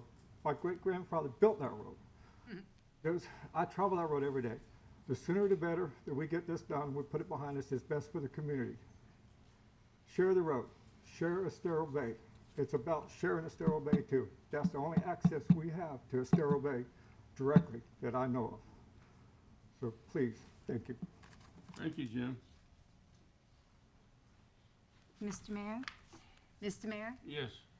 May I ask John Dulmer to clarify some things about the road and the development? And I don't know, city attorney's Well, kind of, I don't know if you want to, are we done with public comment? If we are, we should make a motion to close. I the thought it public was comment. done. There's nobody else. Okay. any more public comment? Nobody else was online. I guess not. Now, do we have a rebuttal? Well, at this point, yes, you can either ask questions or you can have the applicant if they have a rebuttal. I'd like a rebuttal. If you're gonna have a rebuttal, We have questions? after the rebuttal, It may be may be- appropriate to have, if you have any questions for staff, so that they could also rebut any staff statements. And I do have questions for London Bay, so, sir, maybe we could, well, all right, John Dahmer, he's from staff, and then we'll have a rebuttal. Good evening. Yes, sir. The road's not failing, is that right? Correct. That is true. The traffic studies that they provided, that's what it says. Also, as we're going forward, there's been a lot of talk about coordination with the Village of Estero and Lee County. I've reached out to the Village of Estero today and asked if there were any specific comments that they wanted put on the record tonight. And they said they were concerned about the increase in traffic, but they would address those as applications come in and the development order was submitted. So when those applications are filed, and whether this application is approved or denied, I would assume there'll be a development order that comes in. We will be coordinating with both of those entities to move this forward, because while we control the zoning on this particular property, we do not control the roadway, and they will have the ability to review that for impacts and mitigation if it's necessary, although at this point I don't see where it would be. There's also been talk about impact fee sharing, and since this is extra jurisdictional, meaning it's not within your city, you would have to have some sort of intergovernmental agreement with both Lee County and the Village of Estero to use those fees for that portion of the roadway. And that would also have to go towards something that was in their capital improvement plan, or a plan that showed a specific improvement to address the capacity. At this point in time, I have not seen a plan from the Village of Estero or from Lee County that shows specific improvements, or one that's been incorporated in their capital improvement program. So while we have no issues with coordinating with both of those entities, we have and we will in the future, for specific improvements to be made, specific plans have got to be created. At this point in time, we are not dealing with specific plans, so there are no specific improvements. As things go forward, we will coordinate as we normally do, and if there's specific coordination this council would like to go above and beyond what we normally do, we're entirely happy to do that as well. Hey, John, while you're there, what's the chance of a municipal service unit for the people that use this road? What's wrong with that? A what? I think it's good, but this gets a little bit out of my area of expertise, because you're talking about unincorporated Lee County, the city of Bonita Springs, and the village. I know, the whole thing's a mess, but what's wrong with the people that want to use this road paying to bring it up to code? Mr. Mayor, I'll probably chime in on this one. Even if that was a possibility for every side to pay their proportionate fair share, there's been significant proportionate fair share studies done on this as a result of the DRI, so it'd be very difficult to assess the individual parcels within the Pelican Landing DR, since they've all, at some level, including this project, already paid impact fees or been assessed for their traffic analysis. Additionally, it has not been my experience that an MSBU created across 3 separate jurisdictions is likely to occur unless set up by the legislature. Yeah, do you have any more questions for John, please? For John, no, but for Alexa, I do. Huh? Alexis. Alexis, yeah? Wait, are we? Yeah, you're at the questions portion. So what I would recommend is at this point, if any of the council members have any questions for the applicant, any members of the public while they're here, or staff, ask them now, and then I'll give the opportunity for the applicant to have a rebuttal at the end. Okay, thank you. Yes, go ahead. It was stated, thank you. It was stated that, I think by Ms. Ninehouse, or the woman who just spoke last from Roy's group, that London Bay has given Bonita Springs that one boat ramp and that we're to maintain it, and that they've given us that parcel of parking that they purchased on behalf of the extra parking, because that was what was implied, that we, Bonita Springs, now own or are responsible for. I'm gonna let Rich answer. Okay. Yes, I confirm that I wasn't misremembering. Actually, our understanding is you all don't want the ramp, you don't want the maintenance responsibilities, you don't want the ship store or anything associated with that. So although it will be open to the public, it will not be a financial burden to the public. It will be part of our project and our project's responsibility to properly maintain it and operate it. You still own it, right? Yeah, we'll own it, but if we have to give you a public easement to make sure it's public, but it will be our responsibility. Let's make sure that's clear Yeah, let's make on the sure record. that's there. And your property. Okay. Yeah, of course he's gonna say, we're not giving you the property. No, trust me, we're not giving you the property. Policing and cleaning and everything. It will How are be, you guys gonna do we it? have every much an investment in making sure that that stays properly operated and properly maintained, probably more so than the city does. And you really don't have to do that. Well, if you want to You really change it. don't have to have a public access for the people. Correct. It was part of what, as you remember, we went through a very detailed, extensive discussion. Should this be a regional boat ramp, or should it be a more local neighborhood-type boat ramp? And the balance came to, let's have a neighborhood-type boat ramp and not this big regional attractor boat ramp. And that was all decided during the first review of this But project. you could make it a private ramp. There was no legal requirement for us to provide the public benefit, but we knew it was something the public wanted, and we were happy to provide it. Thank you. Thank you, Rich. Anybody else? Yeah. Amy? Go ahead. No, I just wondered if, there's been a lot of discussion about the operation. This is not relevant to what you're asking for, but there's been a lot of discussion about the operation of the marina. Could we have your expert just tell us how they designed it? You know, whether it's a normal thing to do, and, you know, I'm not a boat owner, and I appreciate Alexa's description of how it would work operationally, but I would like to have a professional just reinforce the idea that this is gonna be functioning at a reasonable level. And I appreciate your putting some kind of a monitor in the ship's store so that they would make sure that things don't go awry. But I would like to hear from the, Yeah, we'll bring Mr. Mc, he's right here. think I would appreciate that. Kincaid will come up. He's the only one in here who's probably ever designed a boat ramp. Right. And can and address this.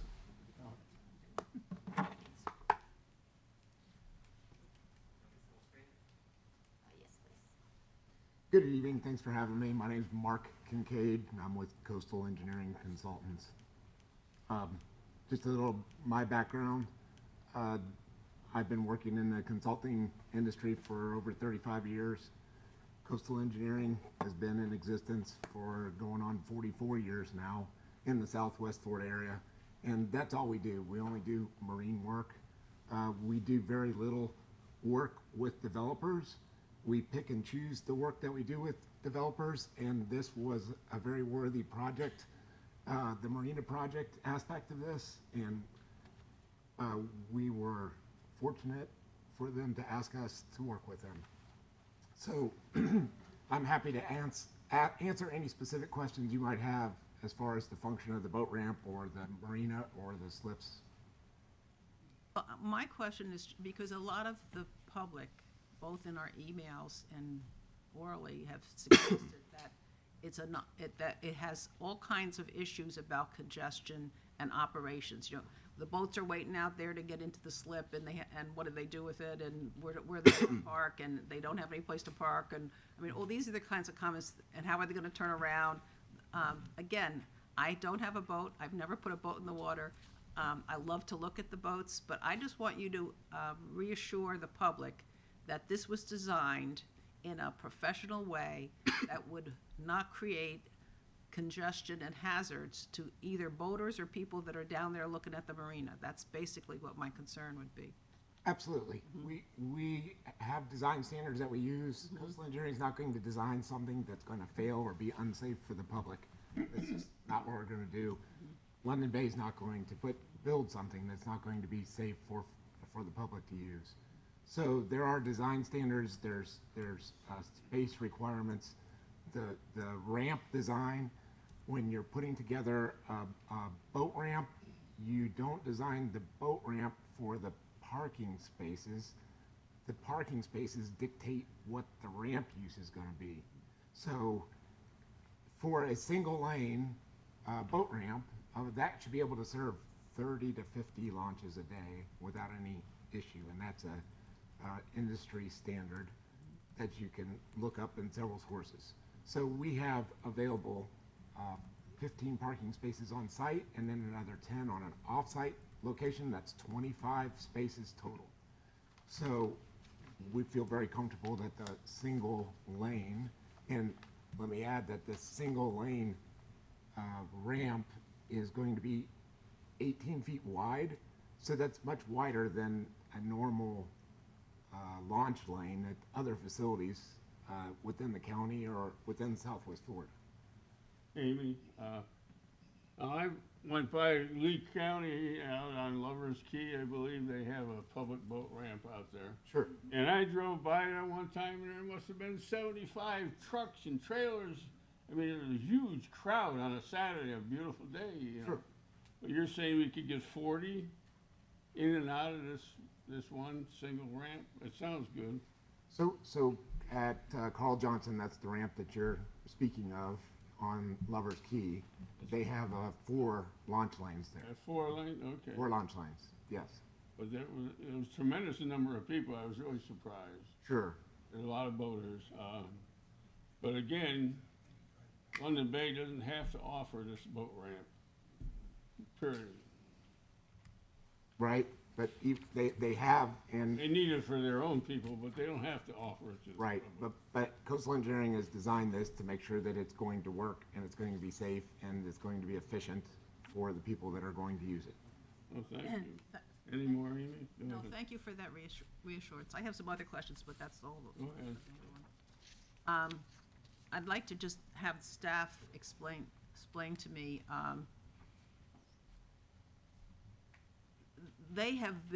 our staff has been, I think, really good about explaining what the process is here and how we are starting from an already approved project in large measure, and that these variances are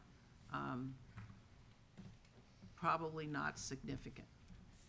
But when Jackie was at the dais, she described the process that we have to follow when we analyze this, and I appreciate that education that she gave me and probably the rest of you who are sitting here.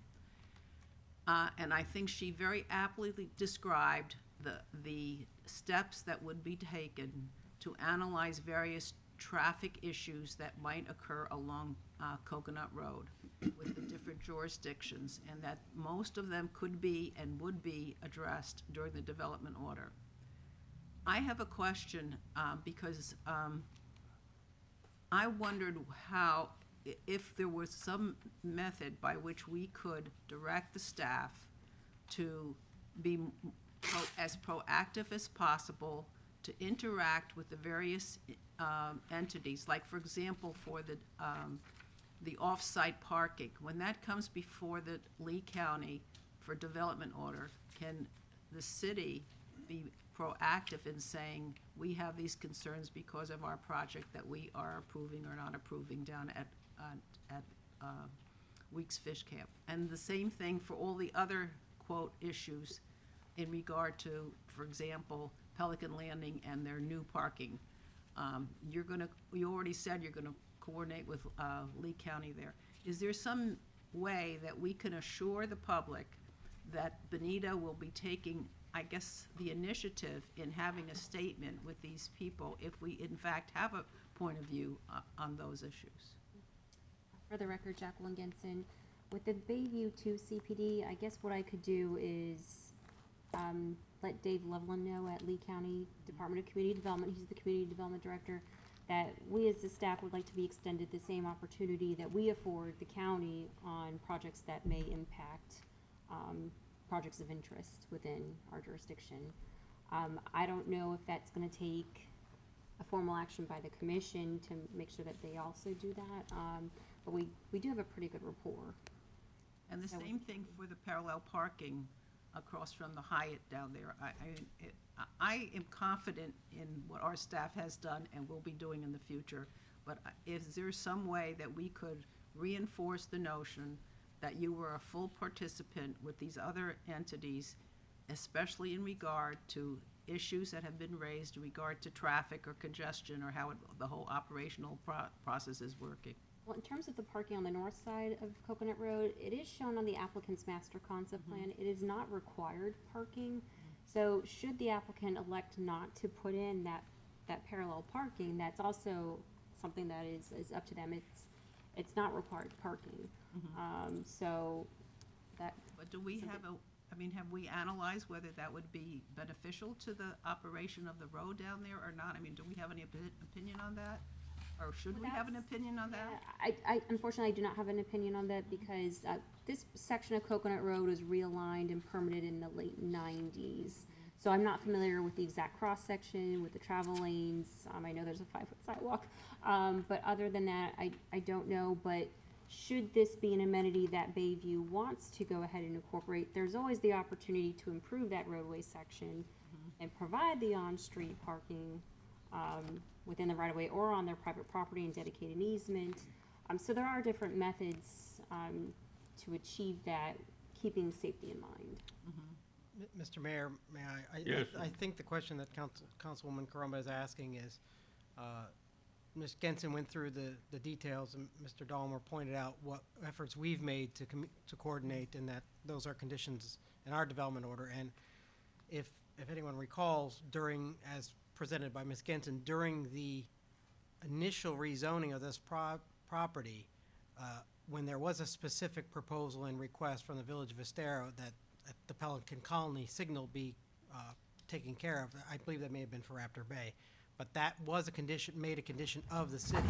So the answer is we cannot force the Village of Estero or Lee County to coordinate with us. Previously, for the council's edification, the council elected Councilwoman Caramba to be the point person for communications with the Village of Estero. And as I understand from the Village of Estero this morning, they directed their mayor to reach out to our council to keep those communications going. So I think that this may be a situation where it's not just the staff, but maybe the political leadership needs to help to coordinate these efforts to make sure it occurs. But I don't know how to condition that Okay, so we can't, in an so approval. that's not a condition on the applicant, but it's more Correct. direction to the staff. We could do that.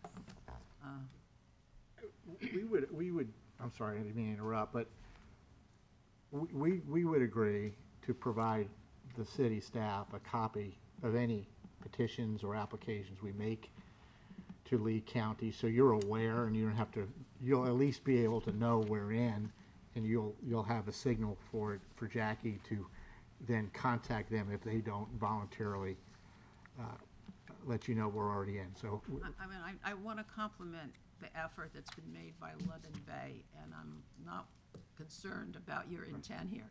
I'm just trying to develop a process by which this confusion and anxiety that has been expressed by many residents because of the multi-jurisdictions and the different authorities that are going to be making the decision in the future. And if I can infer from what the emails that we've gotten is that they are concerned that there's no overriding entity that has analyzed all these relatively complex things from the Bay to 41. And I personally are more concerned about what's happening on Coconut Road in 41. So I would be in favor of somehow engaging all those parties to sort of like, further in the agenda, we're going to talk about Pennsylvania Avenue, where the city has done a study all along Pennsylvania Avenue. We hired a consultant to work on problems that they had identified along that road. If there could possibly be such a study that was done, again, from the Bay to 41, that analyze these things individually, so that when we go to the individual authorities, we had something, we could tell them what we think they should be doing, and we can engage these other authorities to help us to solve them. I think that's where this concern that is coming from, and I don't speak for everybody here, but again, this is not really the applicant's problem. This is a problem of the authorities along the road, and I compliment our staff for all the outreach that they've been doing, and I really think, Jackie, your explanation for how this fits into the decision-making has been invaluable, at least to me, and I hope to the rest of the people.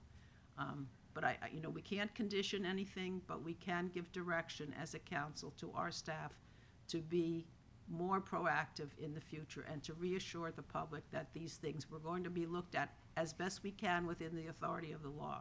That's what I'm looking for. Any more rebuttal? I guess we're up for a rebuttal. I don't have a real rebuttal. I just wanted to briefly say that, and it's been pointed out, I think, by the mayor, that your own transportation consultant has acknowledged that Coconut Road is not failing. And the study that was referred to earlier by one of the commentators was a study that also did not show failure and was also based upon the original development that was proposed for the Weeks Fish Camp, which was far more traffic intense than what it came down to with what's in front of you today. So that I just want the public to understand that it was not an apples to apples comparison. It was comparing a project that was far more traffic intense. And I just wanted to get that into the record. And Yes, Mayor, any questions? I was told that the road was not failing by our staff. A lot of people have said the road is failing. Right. And you're saying it isn't failing. Correct. And is staff. Mr. Mayor, I make a motion to approve. I Second. was gonna make a comment. You can work on this. Motion and second, you have a comment, go ahead. I was just going to point out that Bonita Springs, Estero, and Lee County are signatories to the Metropolitan Planning Commission, Metropolitan Planning Office, and that should delays be encountered with respect to dealing with the traffic issues on Coconut Road, there is a structure in place within Lee County, the MPO, where we're all signatories to it, that the issue can be taken and we can ask for assistance from the MPO, because the MPO is responsible for all the transportation and traffic planning in Lee County. So there is a safety valve to make sure things get addressed. Rebuttal? No, sir. Can you tell me where Lee County, what part of Coconut that Lee County owns? I understand they own something, but I don't know where.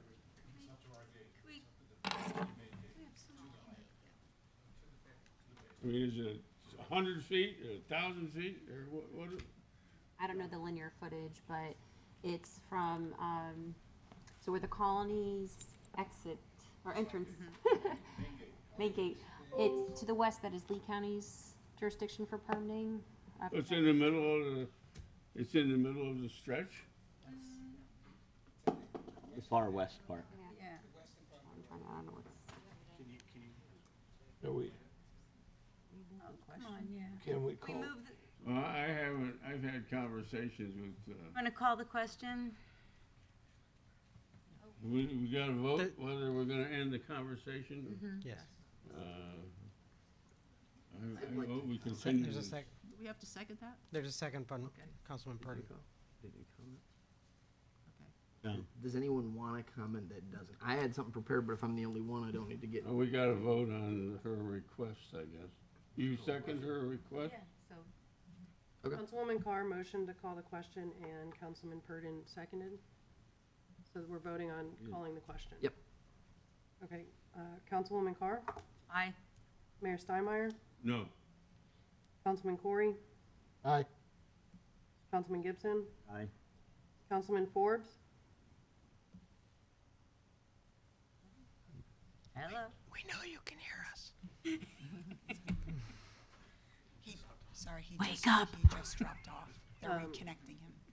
Councilwoman Caramba, Aye. Councilman Purdon. Okay, Now, no more comment, is that? there's what- no more But now- comment. Okay, so, Now- motion All to for one? approve. There's and already a motion and a seconded, second. So there was already a motion from Councilwoman Carr to approve as conditioned, seconded by Mike Gibson. So now- Mayor, You were Mayor sec- Steinmeier? You second that? The motion to approve, yeah. Motion to approve as conditioned. Okay. Mayor Steinmeier, No. Councilman Corey, Aye. Councilman Gibson, Aye. Councilman Forbes,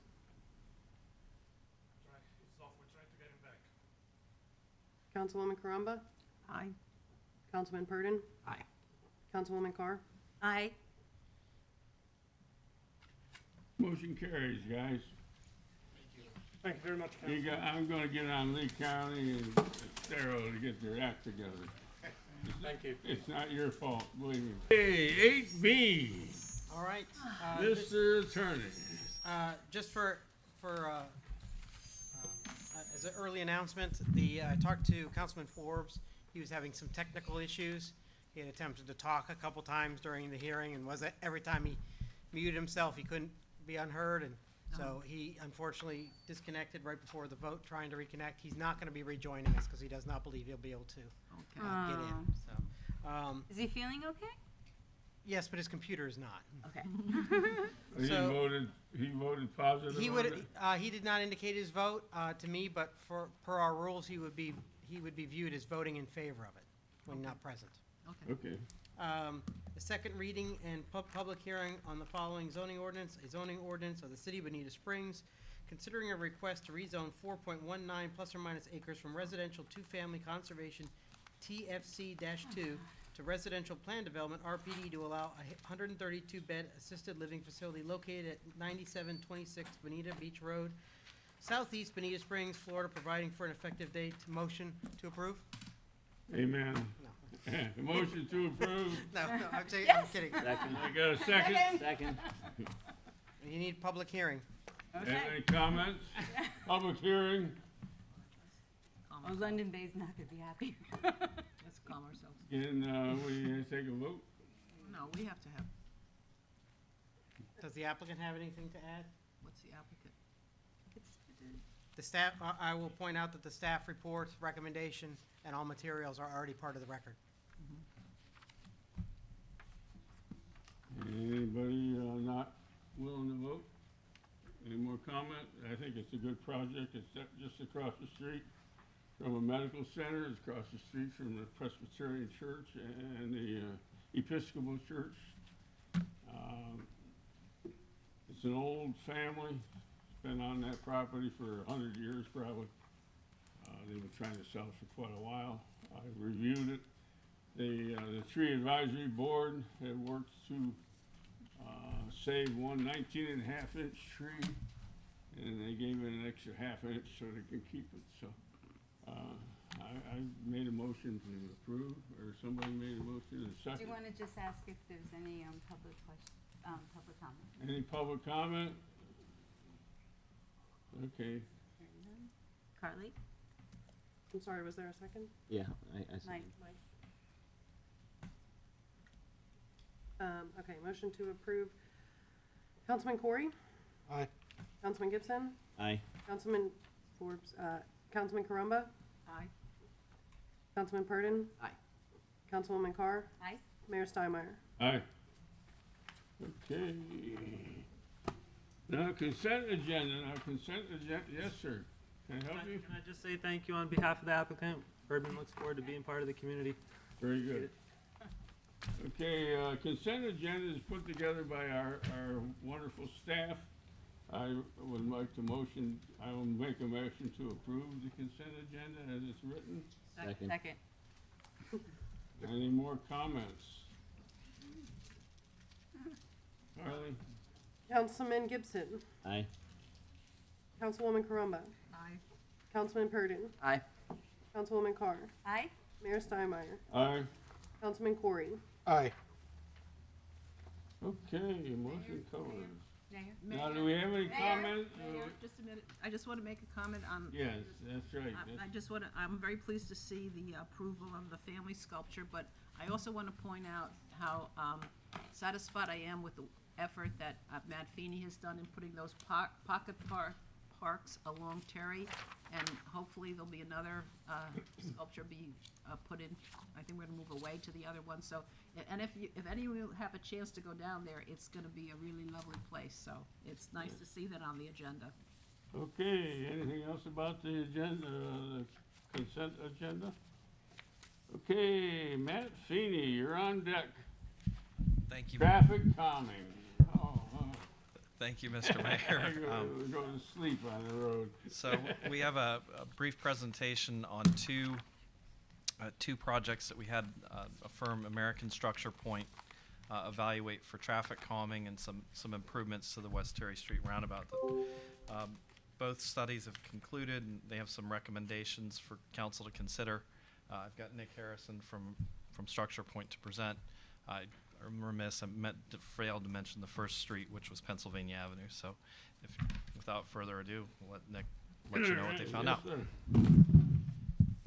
Okay, well, again, we are American Structure Point. We thank you for the opportunity to give you an update on 2 studies we've been performing on behalf of the city. The first one. Your name is? Nick Harrison. Okay. Thank you.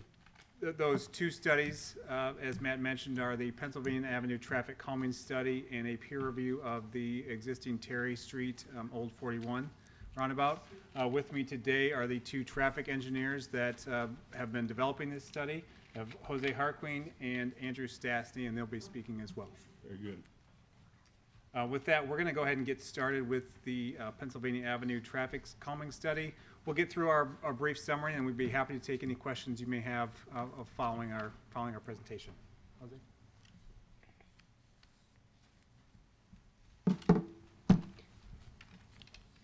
Good evening, Jose Arquin, traffic engineer at American Structure Point. I will be presenting on the Pennsylvania Avenue Traffic Calming Study. So the Pennsylvania Avenue Traffic Calming Study was developed due to concerns of excessive speeding and crashes along the corridor. Study involved evaluating field conditions, speed measurements, and crash analysis, and study potential correlations between these items. The study also evaluated the performance of all-way stop signs installed at the intersections at Wisconsin Street and Playa del Rey. These were installed as speed control measures.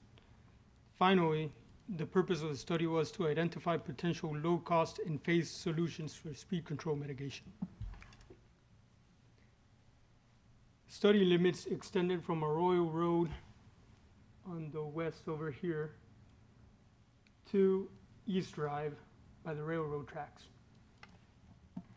Pennsylvania Avenue is a 2-lane road with 10-foot lanes with an approximate average daily traffic of 3,700 vehicles per day. Pennsylvania Avenue is comprised of 2 long straight segments, as you can see in the aerial image over here, connected by a reverse curve in the middle.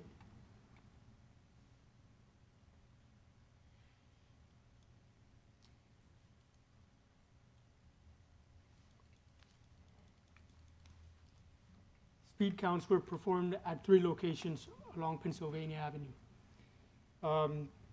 The 3 locations were Arroyo Road, Wisconsin, and Poinciana Drive. The results indicated that while there's a fair amount of vehicles traveling over the posted speed limit of 30 miles per hour, not many were excessively speeding.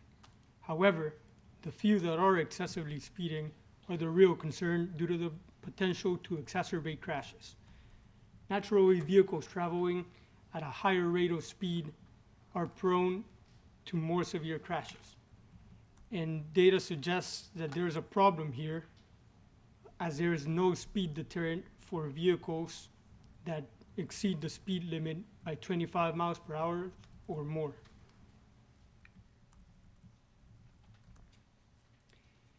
Crash data indicated that there were a total of 41 crashes that occurred from 2013 through 2019, resulting in 4 fatalities and 7 injuries. 4 fatal crashes is very significant for this corridor. Speeding was determined to be a contributing factor, as evidenced by roadway departure crashes, particularly near the curves. Therefore, a number of potential traffic calming alternatives were evaluated. Here we have the chicane and the realigned intersection, which introduced a shift in the horizontal alignment of the road, forcing vehicles to reduce their speed. As you can see, in addition to reducing speed, these provide an opportunity for landscaping and aesthetic improvement, as they can be constructed of different materials.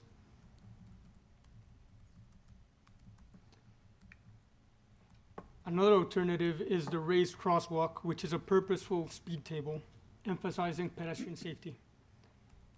These are installed at designated locations where pedestrians cross, so lower speeds are desirable at these locations. Another alternative we evaluated were raised intersections.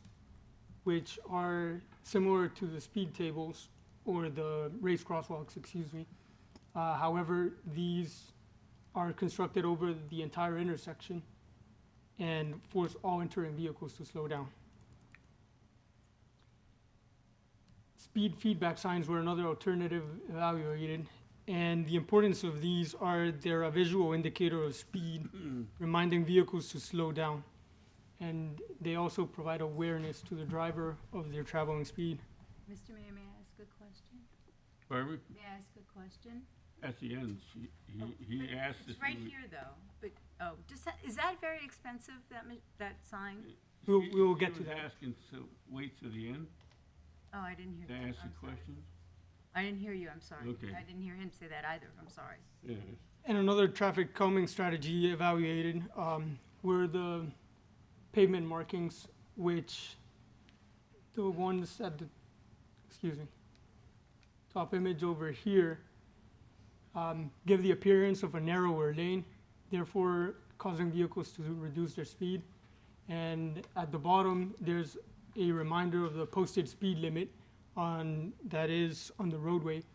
And that again reinforces the speed limit for drivers and just gives them a reminder to check their speed. And with that, we will now present our recommendations.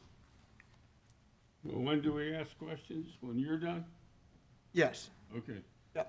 So I do have answers for Councilmember Carr coming up here. So what we did is we took for the record, Andrew Stastny, Senior Traffic Engineer with American Structure Point. Thank you for your time tonight.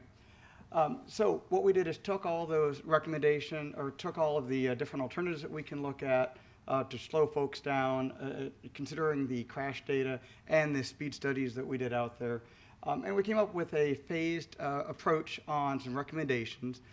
First off would be phase one, indicated by green dots here, that would essentially give their lower cost, easier to implement solutions, followed up by some more longer term, more involved work on phase two with the orange dot here. So these recommendations range from speed limit, pavement markings, to raised crosswalks, speed feedback signs, throughout the project. And then the phase two builds up to a larger project, such as a roundabout at Wisconsin and a realigned intersection at Poinciana, Illinois. So here's a concept of what a roundabout could look like at Wisconsin Street. This would be a single lane roundabout, still providing the sidewalk connectivity on the north side of Pennsylvania Avenue here. And this would require some further design work to determine all impacts. Now at Illinois and Poinciana, this could be a realigned intersection.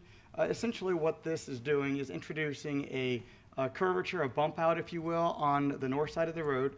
It would be about, in our concept, it's about 6 feet of a bump out. But what it would do is slow folks down on the westbound approach, which one of the fatals that we had in this was in the curve just to the west. And so if we can slow folks down in that westbound direction, that could hopefully prevent the fatals and serious injury crashes here. Now, to Councilmember Carr, here's a summary of estimated costs. This gives an idea of what our phase one and phase two approaches are here. You can see speed limit signs, pavement markings around $5,000, a speed feedback sign around $10,000, a raised crosswalk approximately $30,000. And then as you move into the phase two options, a roundabout at Wisconsin could be around $500,000, realigned intersection at Illinois could be around $150,000, just to give some ideas on cost there. And then moving into Terry Street, Old 41, the roundabout. We reviewed the purpose of this study was an observational study of the roundabout operations during the school peak hour. And the study was limited to the field review of operations. We did not do any traffic simulation analysis. And the idea was to determine some short-term and longer-term phased solutions. So the study area is at Old 41 and Terry Street right here in downtown Bonita Springs. This is east of Bonita Springs Middle School. Our approach was to observe traffic operations at the roundabout, During the Bonita Springs Middle School afternoon release, which is when the traffic is the heaviest out there and the roundabout has the worst traffic operations. So we focused on the vehicular pedestrian interaction. We obtained anecdotal observations. We evaluated the crashes. We also evaluated the geometry and pavement markings. And we coordinated with the city staff for recently completed mid-block crosswalk at Bonita Drive. So with our observations, we found that the eastbound to northbound movement backs up the entire roundabout, as you can see illustrated by the red line path here. So when the vehicles coming, these are exiting from the school, are going eastbound and they're slowing down folks, when they're going through trying to go northbound, the vehicles coming northbound from the south leg there cannot even enter the roundabout, or they have very limited options. As well, the westbound approach also has limited options to get in. So when this roundabout gets backed up, the drivers either get aggressive or they get very timid. And it creates a big variance in the gap acceptance of if cars are going to get in or if they're going to try to push it, and that's often when crashes happen. And then further compounding is the pedestrian crossings with the students crossing the crosswalks here, especially the north leg where the crossing guards are. Now, in our crash analysis, there were 142 crashes from 2017 to 2020. 2 of those were incapacitating, but that was before the roundabout was completed. And most of the crashes here were angle, sideswipe, and rear-end crashes. And it is worthy to note that 21% of all of the crashes occurred just in this 2-hour period from 3 p.m. to 5 p.m. That's pretty significant. So now Nick's going to cover some of the recommendations. Sure. Thanks, Andrew. So related to some of these deficiencies that Andrew spoke about, we've come up with some recommendations that can be either incorporated with one another or be looked at on an independent basis. So in terms of recommendation number 1, this is some minor striping improvements to better direct the vehicles that are within the roundabout, direct them to their proper lane as they're traveling through it. Another thing I wanted to point out with this recommendation is that along the 2-lane portion in the southbound direction, we also recommend mountable lane dividers. So this is going to be a deterrent for vehicles changing lanes within the roundabout, because that is not something that they should be doing. They should be making their decisions prior to entering the circulatory roadway. Recommendation number 2, so as Andrew mentioned, the pedestrian volumes play a significant role in the backups of this intersection, particularly during this time period. So what we're looking to do here is doing whatever we can to shorten the amount of time that pedestrians, in this case the students, are actually crossing the street. So that would be a reconfiguration of the crosswalks from the Z to more of a perpendicular approach. And even if this is a couple seconds for crossing, that's going to add up during that time period. Recommendation number 3 is actually moving the crosswalk. So this north crosswalk is the big issue with students traveling from the middle school. The vast majority are crossing this leg. This is also the primary leg that the vehicles want to travel as well, this west to northbound movement. So by shifting this to the north, you're allowing vehicles to exit the roundabout and queue up in this part while the pedestrians are crossing to minimize the entire roundabout getting locked up. Okay. As a secondary alternative, and again, this is going to require coordination with the school itself and really compliance. So there is concerns with that, but it would be modifying the location of the crossing guards and where those students cross. So instead of crossing at that same leg that we just spoke about, it would actually, you would have additional crossing guards directing students to cross every other leg so that they're avoiding this primary movement for vehicles. And then finally, recommendation number 4 is something that would require additional analysis to validate. But based on our observation of this peak period during school traffic, The southbound approach actually appears to be underutilized in terms of the vehicles that are using it, but you have significant backups in the northbound direction. So actually, we would propose in this scenario to flip the configuration, providing the two-lane roundabout, the 2 lanes within the roundabout in the northbound direction and the 1 lane in the south. Now, the reason why I say that requires further analysis is because you'd want to take a look at essentially all peak hours as you design and analyze, what type of configuration. You have to look at AM peak, the midday peak or PM peak, and determine what is ultimately the best configuration, for all 3 of those. And with that, that is all we have, so I'd be more than happy to take any questions from the council. I like that crosswalk moved up north. That looks, of course, it's hard to teach people. They want to walk a straight line, and this is a circle. So, I mean, it is difficult to get across there and have the people in the cars. I've been through there several times, and I've actually gone in there to pick up trash around that. And just getting across there, Of course, I've been through the Arch of Triumph. Now, that's like 12 lanes to get across to get to inside the arch. So I'm a little familiar with them. They work, we're not used to them. But, gee, I don't have to sit at the light. Right. But And anything else? the one thing I do want to point out, and Andrew alluded to it earlier, is that, the roundabouts, it's not, the intent is not for, the roundabout to be a magic pill that eliminates every crash, right? But what roundabouts are intended to do is control speeds and minimize or eliminate, the most serious crashes that cause injuries and deaths. And certainly at a minimum, that's what this has been doing. People running the lights. Speed management, this one with the stripes on the road, are those little bumps, or you just painted on the road? So there are options. They could be painted, or they could be the raised pavement markings, which is also a standard. I think that would get their attention. Mm-hmm. You have to have an intersection to put them in, or you put them anywhere you want? No, those would be a linear treatment on the roadway. It's like on the entire length of the roadway, or particular locations if they are, ultimately sensitive to, to managing speeds. Pennsylvania Avenue could use it. Yes, Chris? No, it's Amy. Is it about you? Amy? I was just gonna ask Matt what his assessment is of both Pennsylvania and the roundabout.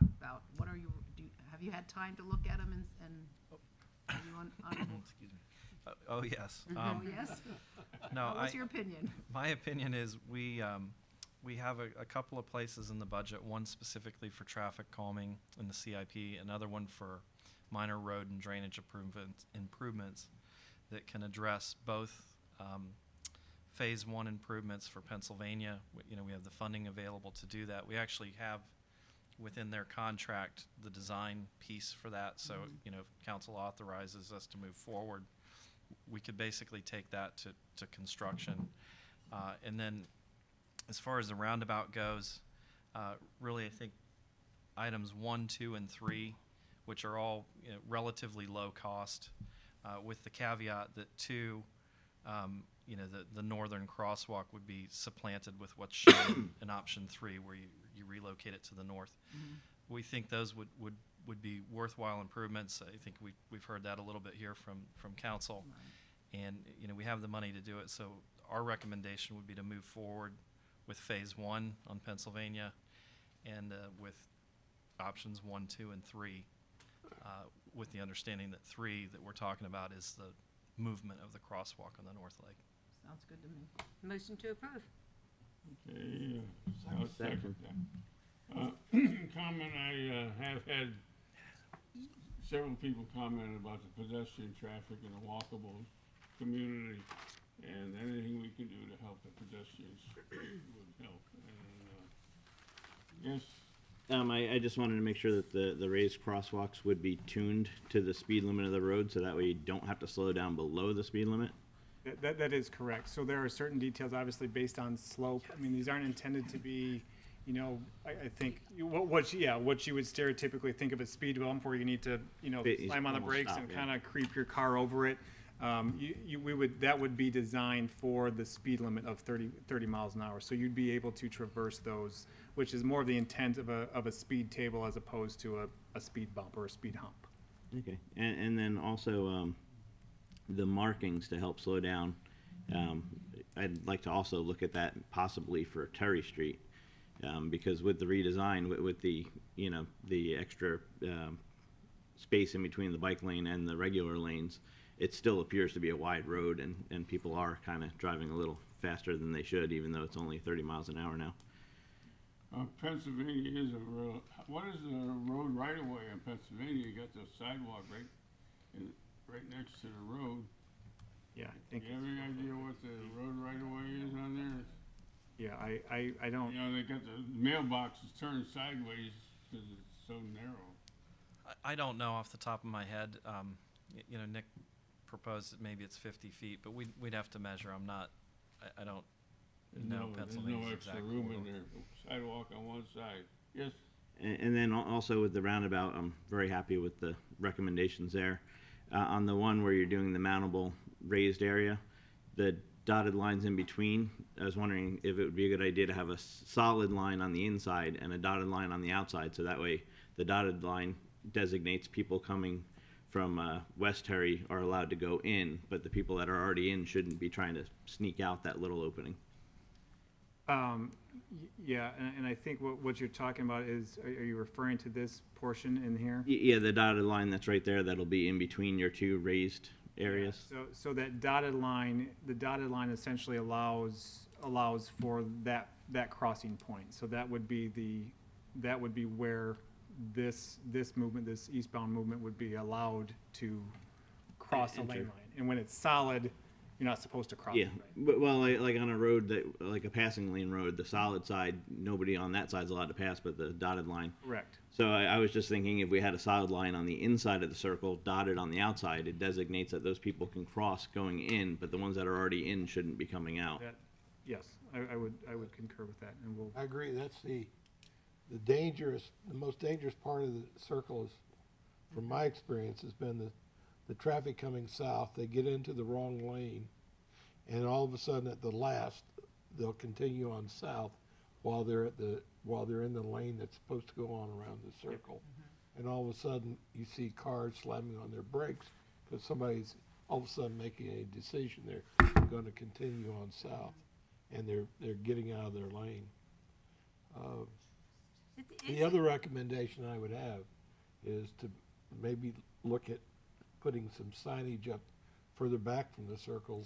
Try to get people. We've already, I don't know if you've noticed, but we actually put pavement markings further to the north to Cochrane not Street on notice. the southbound lane. But my wife says I don't notice a lot. It was of about things. about a month and a half ago. And then the phase 2 on Pennsylvania, what's our options there? Is that something we need to look at the CIP for, or? I think you would need to, you know, my recommendation would be to implement phase 1, and then, you know, you can, either way, whether, if you want a roundabout or a realigned intersection, those need further engineering and analysis. You probably need some more. You need to see what phase 1 does to the corridor, you know, whether it warrants those. But either way, you know, they didn't really show this, but I'm sure there's some right-of-way that would be required almost anywhere we try to put a roundabout. Do that. So And what are we looking at timing-wise to be able to do phase 1 on Pennsylvania? You know, by the end of next week, maybe? No. Well, I mean, we have the dollars available, so you know that makes things a lot easier. But they do have to wrap up the design. We do need to implement it. Bonita Springs Utilities has been in a multi-phase expansion project along the Pennsylvania corridor. They are not finished, and they're really down at the western end. So you know, maybe the first speed tables, the road's in need of an overlayment anyway. So Bonita Springs started near the railroad, near Illinois Street, and moved westward. So perhaps we could overlay the road and do the improvements in the eastern part of the corridor, you know, optimistically at some point in the summer of this year.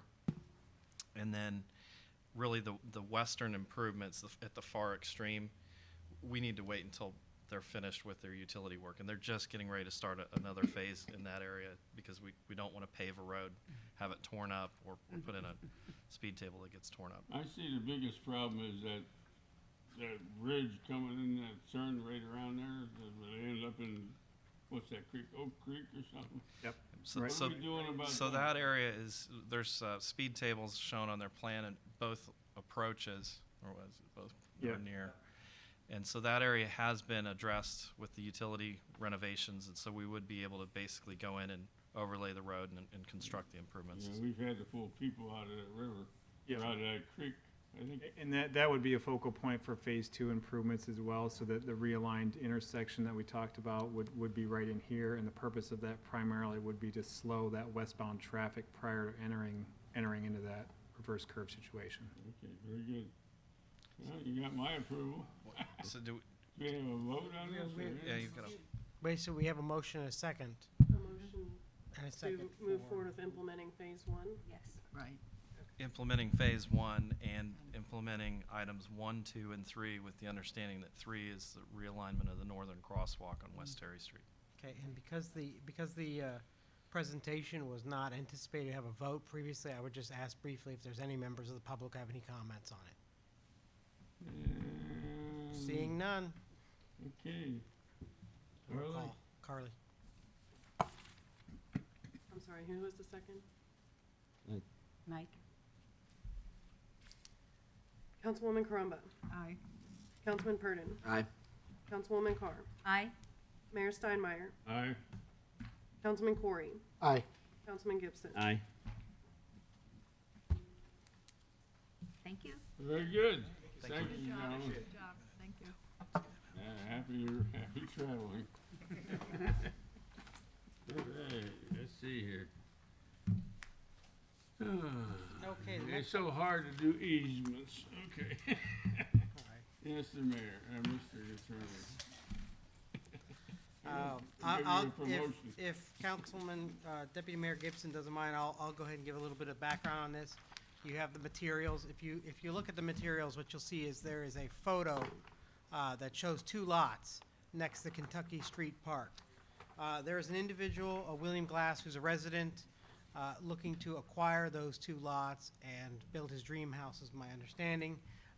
However, in order to obtain a mortgage and title insurance, he needs to establish that he has the legal access to the property. Now, there is currently access to the property illegally through a cut-through in Kentucky Street Park that one of his neighbors made many years ago, but he has paper platted access on the original plat.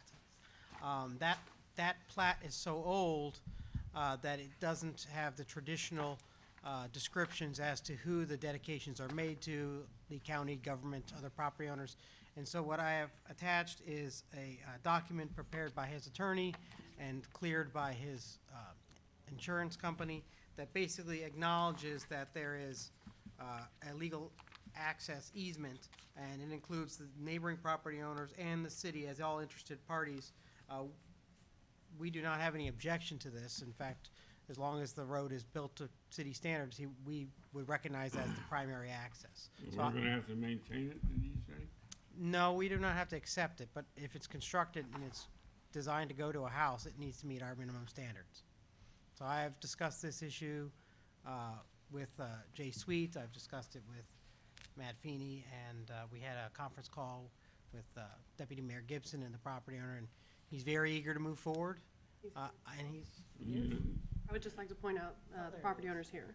okay. Property owner And if you'd wants like to them to make come a up and comment? give a little more background, but Yeah, come on I up. say approve, but. Second. Okay, say hello. it'll be done before you get here, Mr. Glass. Hurry up or we're gonna vote. Let me ask, why are you moving to Bonita? It's a beautiful city? My office is on Bonita Beach Road. Oh, okay, very good. I spent enough time in Estero. Very good, thank you for the combination. Approved. Okay, This whole issue is about the difference between physical access and legal access. And to me, I'm an architect. To me, ask me about reglet flashing, I'll tell you what to do. But this is like splitting hairs. But the title company wants to know that I have legal access to go out to Kentucky. And the right of way's there. Insurance companies are not made to pay out claims. Yeah, I mean, They're not made to pay out. so that's very the rub. Let's see. We've been at this since April. And it's really my fervent hope that I can get closed on this thing and get it under roof before the monsoons hit next spring. Okay, Carla, give a vote. Councilwoman Carr motioned to approve, and it was seconded by Councilman Gibson. Councilwoman Carumba? Aye. Councilman Purdon? Aye. Councilwoman Carr? Aye. Mayor Steinmeier? Aye. Councilman Corey? Aye. Councilman Gibson? Aye. Thank you, sir. I like you guys. Best of luck. Thank you, Mike. Well, I'm not done yet. My next item is this, if you recall, a couple months ago, the adjoining property heading towards Spanish Wells came in for development agreement. We worked with them to preserve some native habitats. We also came to a parking understanding and an interconnection, potentially future to all the way to Spanish Wells. We hope to continue to connect to the west. At that time, there were a lot of questions by the council about what the development proposal would actually look like. They have gone further along in their development plans and actually have some renderings. At this point, their designs would call for a modification of the development agreement to add some additional height. Representatives are here to speak on the matter. But what I'm asking for is not an approval of the change at the moment, because the development agreement process still needs to be advertised as 2 public hearings, even under our home rule authority. I'm asking to make sure before we start the process, the council's in support of this and you wish us to move forward so we can start advertising and holding those hearings. Motion to approve. Advertise. Okay. 3 motions to approve. Okay, that takes care of that, I guess. Mayor motion to approve, seconded by Councilman Purdon. Councilman Purdon? Councilman. Aye. Aye. Councilwoman Carr? Aye. Mayor Steinmeier? Aye. Councilman Corey? Aye. Councilman Gibson? Aye. And Councilwoman Carumba? Aye. Very good, motion covers. All right, thank you. See you, folks. Okay, the next item on my agenda is the final amended settlement agreement and authorization to move forward purchase of the northwest portion of the quadrant plan. This is to the northwest of the Publix and the property known as Angler's Paradise. If you recall, we entered into a settlement agreement with those parties some time ago, and in the process, when we had agreed to an alignment that allowed them to proceed with their development. That alignment also required them to provide some parcels from the Publix parcel to complete the entire alignment, and it required both parties to enter into a process of what I'll call dueling appraisals. And at the end of the day, the appraisals were outside the figure that necessitated either arbitration or a complete agreement. But the figures were within line of what we intend to spend on the project, and we really do need to move forward with the project in order to stave off the flyover discussions. So what is before you today is an amendment to the original agreement, taking out some provisions, including the provision that we would pay some of their expert fees, a provision that they were to deliver the Publix parcels, which was the main holdup for a long period of time. That property has changed hands, and we've been in discussions with that party. And then the final portion of it was that this would vest them for their development plan so that they could move forward. They have a development order also pending, which was conditioned on the transfer of those Publix parcels. Obviously, we had hoped that we would have accomplished that, but we had an agreement between 2 parties that involved a third party that has changed over time, and that party has asked us questions, and we think we're moving along with them, and we will eventually get the alignment we need. The only other substantive change in this agreement is Because the Angler's Paradise project, what I'll ask you to imagine is it has been compressed. It has been, because we have taken a portion of their project, allowed them to develop the remainder of it.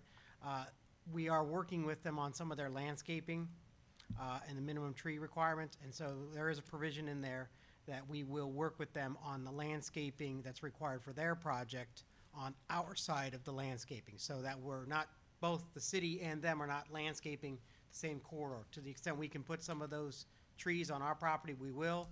They will be responsible for physical barriers. You think it'll be necessary to build a wall in there for noise?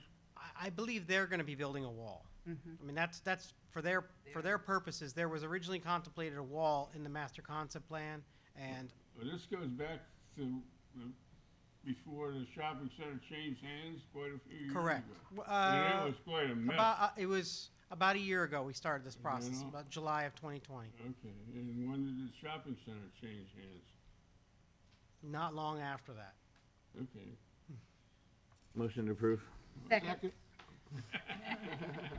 I think you got it pretty good. Okay, Carla. Councilwoman Carr? Aye. Mayor Steinmeier? Aye. Councilman Corey? Aye. Councilman Gibson? Aye. Councilwoman Carumba? Aye. Councilman Purdon? Aye. Okay, and then the final item I have is the interim agreement with Barron Collier Companies for the Imperial Crossing property. And what this does is this sets up the initial timeline and establishes some of the obligations on them with respect to insurance and other provisions while they're inspecting the property and going forward their due diligence.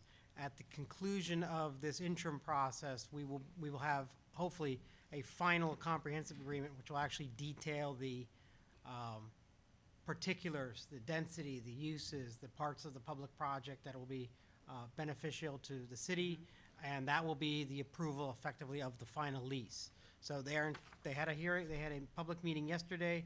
They have committed to one additional public meeting in the spring. Based on the meeting which several of us attended yesterday, it looks like they will be tweaking their design a little bit further, and we expect that, along with geotechnical and other market studies, to be what they're concentrating on during this intervening timeframe. And that'll be like in May, was there a May? May date? is when they're planning it, yes, before season ends. Okay, I move. Motion to approve. Motion to approve. Second. Mayor Steinmeier? Aye. Councilman Corey? Aye. Councilman Gibson? Aye. Councilwoman Carumba? Aye. Councilman Purdon? Aye. Councilwoman Carr? Aye. Hey, we're That's getting it for me. somewhere. I have two other, are we not doing the baseball field? That's nice. Oh, that's yours. I'm sorry. Yeah, that's 13A, please. Thank you, Mayor and Council. Good evening. The You first don't I, have to talk too much now. I'll try. I'll try. want I'll try to be brief. Yeah, we want Matt. We'd like to present to you an opportunity. Myself, Matt Feeney, and Carol Green had a meeting with Representative Adam Botana, and he had asked us to look at any additional funding needs that we may have for this upcoming legislative session. He is not withdrawing our request for the $750,000 for the home buyout program, but wanted to give us an opportunity as well to look at any other appropriations that might be available to us. In looking at what fast-moving projects we have that are in design build already, that are solely funded by the general fund, the least restricted of your funding, we would like to recommend to you that we amend our legislative request for appropriations to include $750,000 for Phase 2 of the ball fields. What will that allow you to do is if we can free up some of that general fund money, you can utilize that, for example, for the home buyout program or any other supplemental program you have.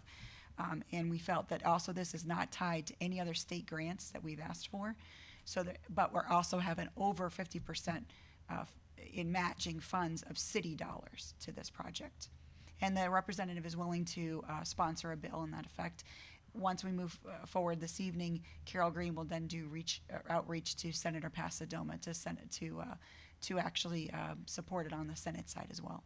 Fabulous. Motion to We're approve. dropping the 750 for. No, sir, we are not. We would have two separate requests for Okay. appropriations of $750,000. All right, very good.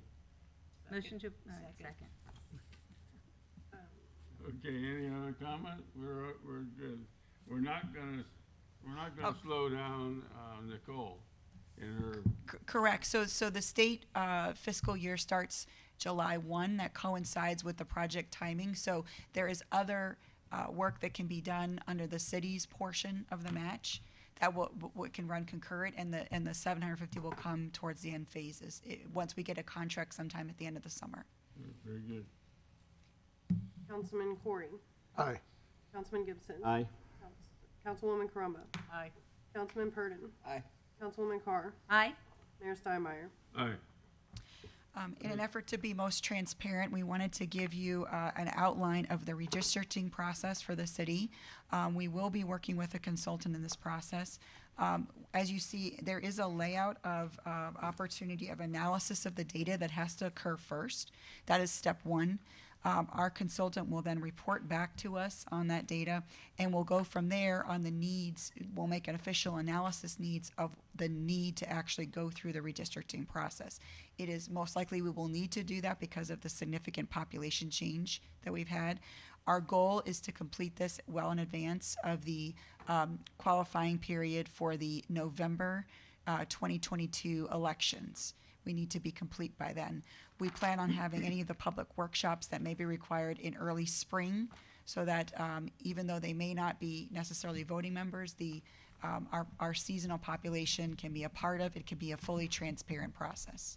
And we're gonna vote in November from now on, or? Correct. The council changed the election date for the city to the general elections that are held in November, the first Tuesday of November. Our next election is November of 2022. Okay, thank you. If anyone has any questions or needs a one-on-one, we'll be scheduling those with our consultants as well to lay out the process as we move forward. Okay, I have a request for Dixie Moon. Did you? Yes, sir. The mayor has asked me to bring up that at the next council meeting, just to make everyone aware, he would like a green sheet. It will be sponsored by the mayor to begin a discussion about the Dixie Moon, so that you all can have some ideas of what you like to see there to provide some direction to us. The mayor and I discussed that down the road, there might be a request once we just have any uses or ideas or improvements we want done to lay those out in either a capital improvement plan. We have funds in a capital improvement plan for improvements, but we also need some direction on final usage as well. And that usage may include, a letter of interest or request for proposals down the road, or other internal city usage. So we'd be looking for some direction from council of how you'd like to move forward with that. We've heard from the public a lot of different ideas. So the mayor would like to just introduce that at the next meeting. So if there's anything you would need from us in between to prepare for that, we're happy to do that. That may lead to, of course, further discussions as well. But you do have funding in this current fiscal year for improvements as well to that building. Okay, now, we talked about scheduling, meetings in December, Yes, January. yes, I have that on my list, yes. Okay. So the December, our first meeting in January is January 5th.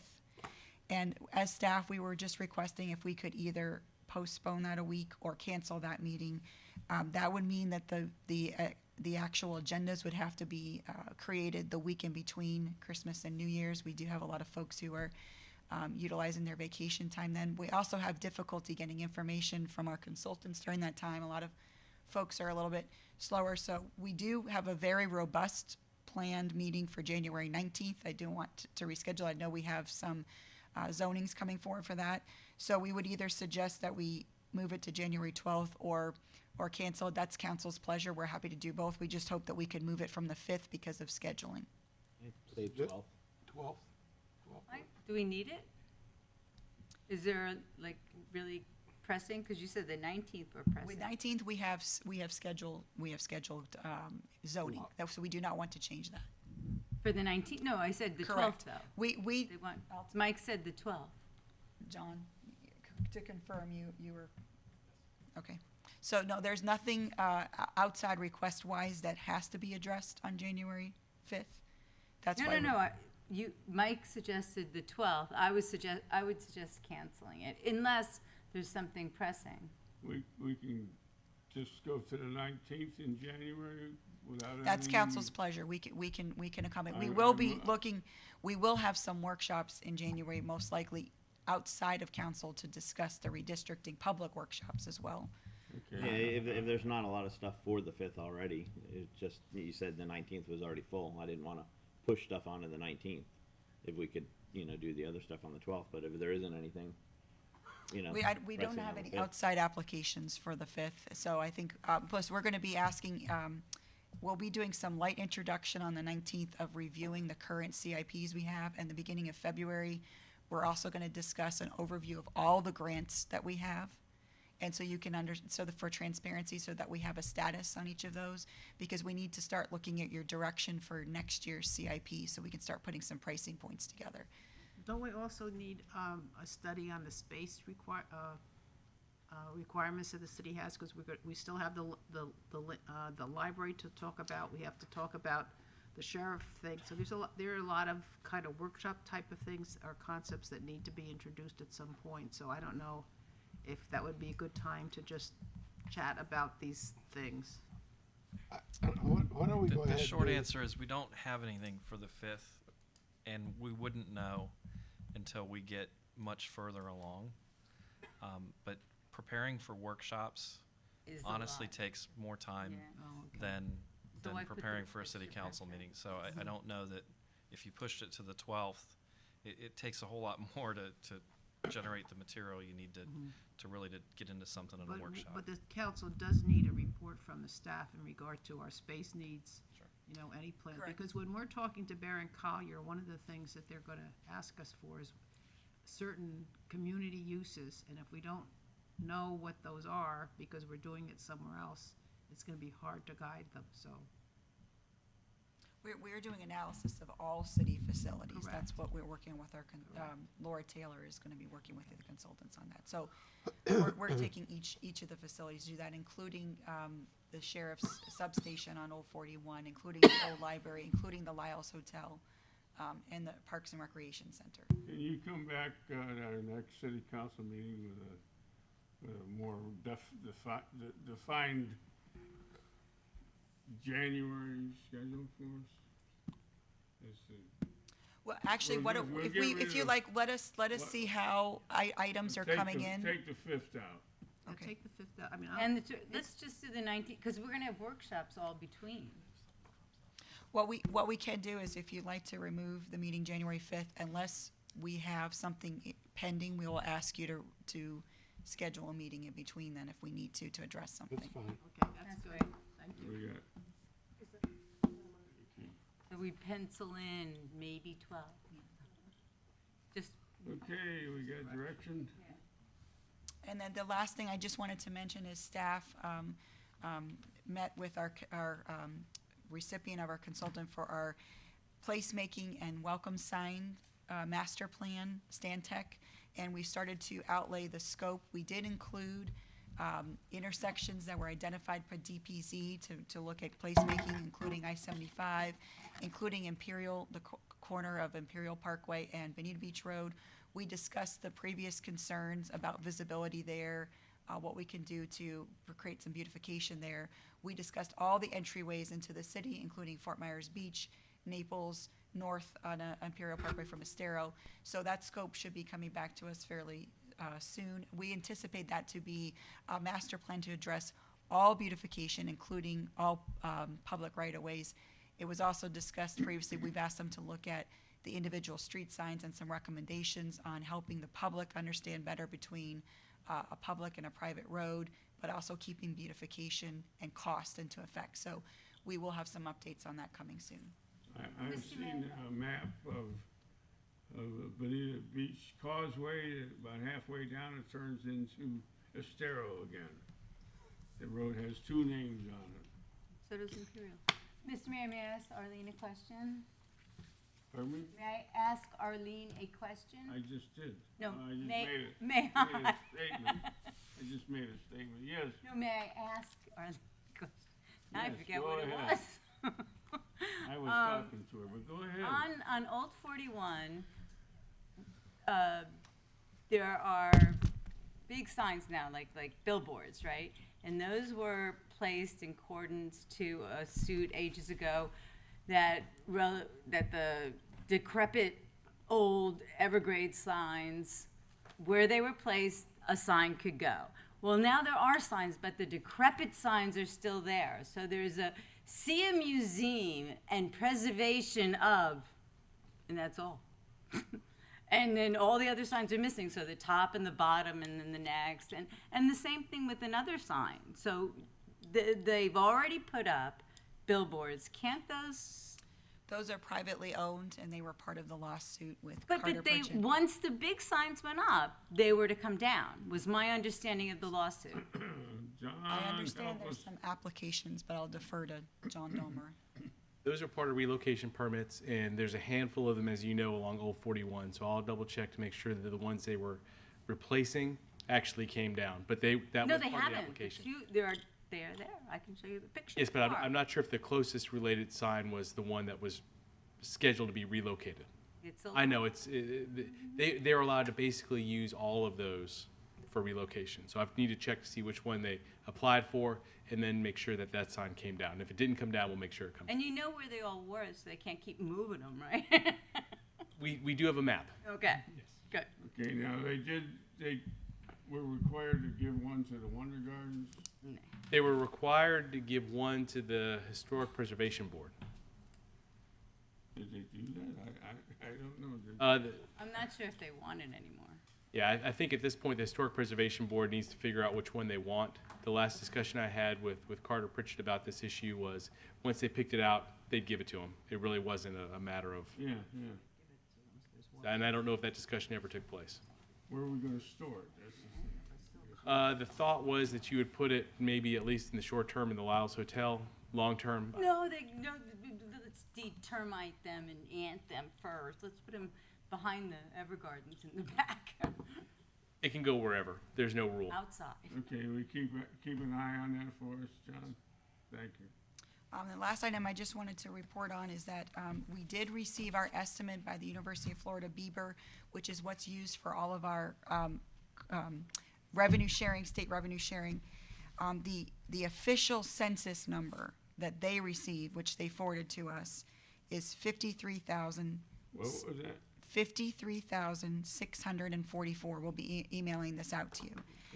But I want to reiterate that the July 1st estimate for the city, which is what was, I believe, reported in the newspaper, is an estimate, was 59,637. And just as reference, our census for 2010, April 1st, was 43,930. So what is reported by Bieber to us, I still have not received the certification from the Census Bureau. Our consultant for the redistricting will help us do that. But Bieber has sent us 53,644 persons. That is what is used by the state of Florida in determining our cost revenue sharing. So Lisa will be working on an update to reflect that number. That is different than the original estimates that we had received previously for 2019. Higher or lower? Lower. Okay, we're up to the minutes. Motion to approve. Second. Second. Did we skip council member reports? I think we want to go home. I'm sorry. Councilman Gibson. 9 o'clock. Carly, please. Councilwoman Carumba. Aye. Councilman Purdon. Aye. Councilwoman Carr. Yes. Mayor Steinmeier. Aye. Councilman Corey. Aye. Okay, public comments. Come on, public. Anybody left? Yes. We have Gentlemen, We have no hello. public. Do you want to say anything? No public. He's the public. Yeah, Public. Okay. all right, Motion to adjourn. any more? Second. Okay. We're adjourned. Hey, thank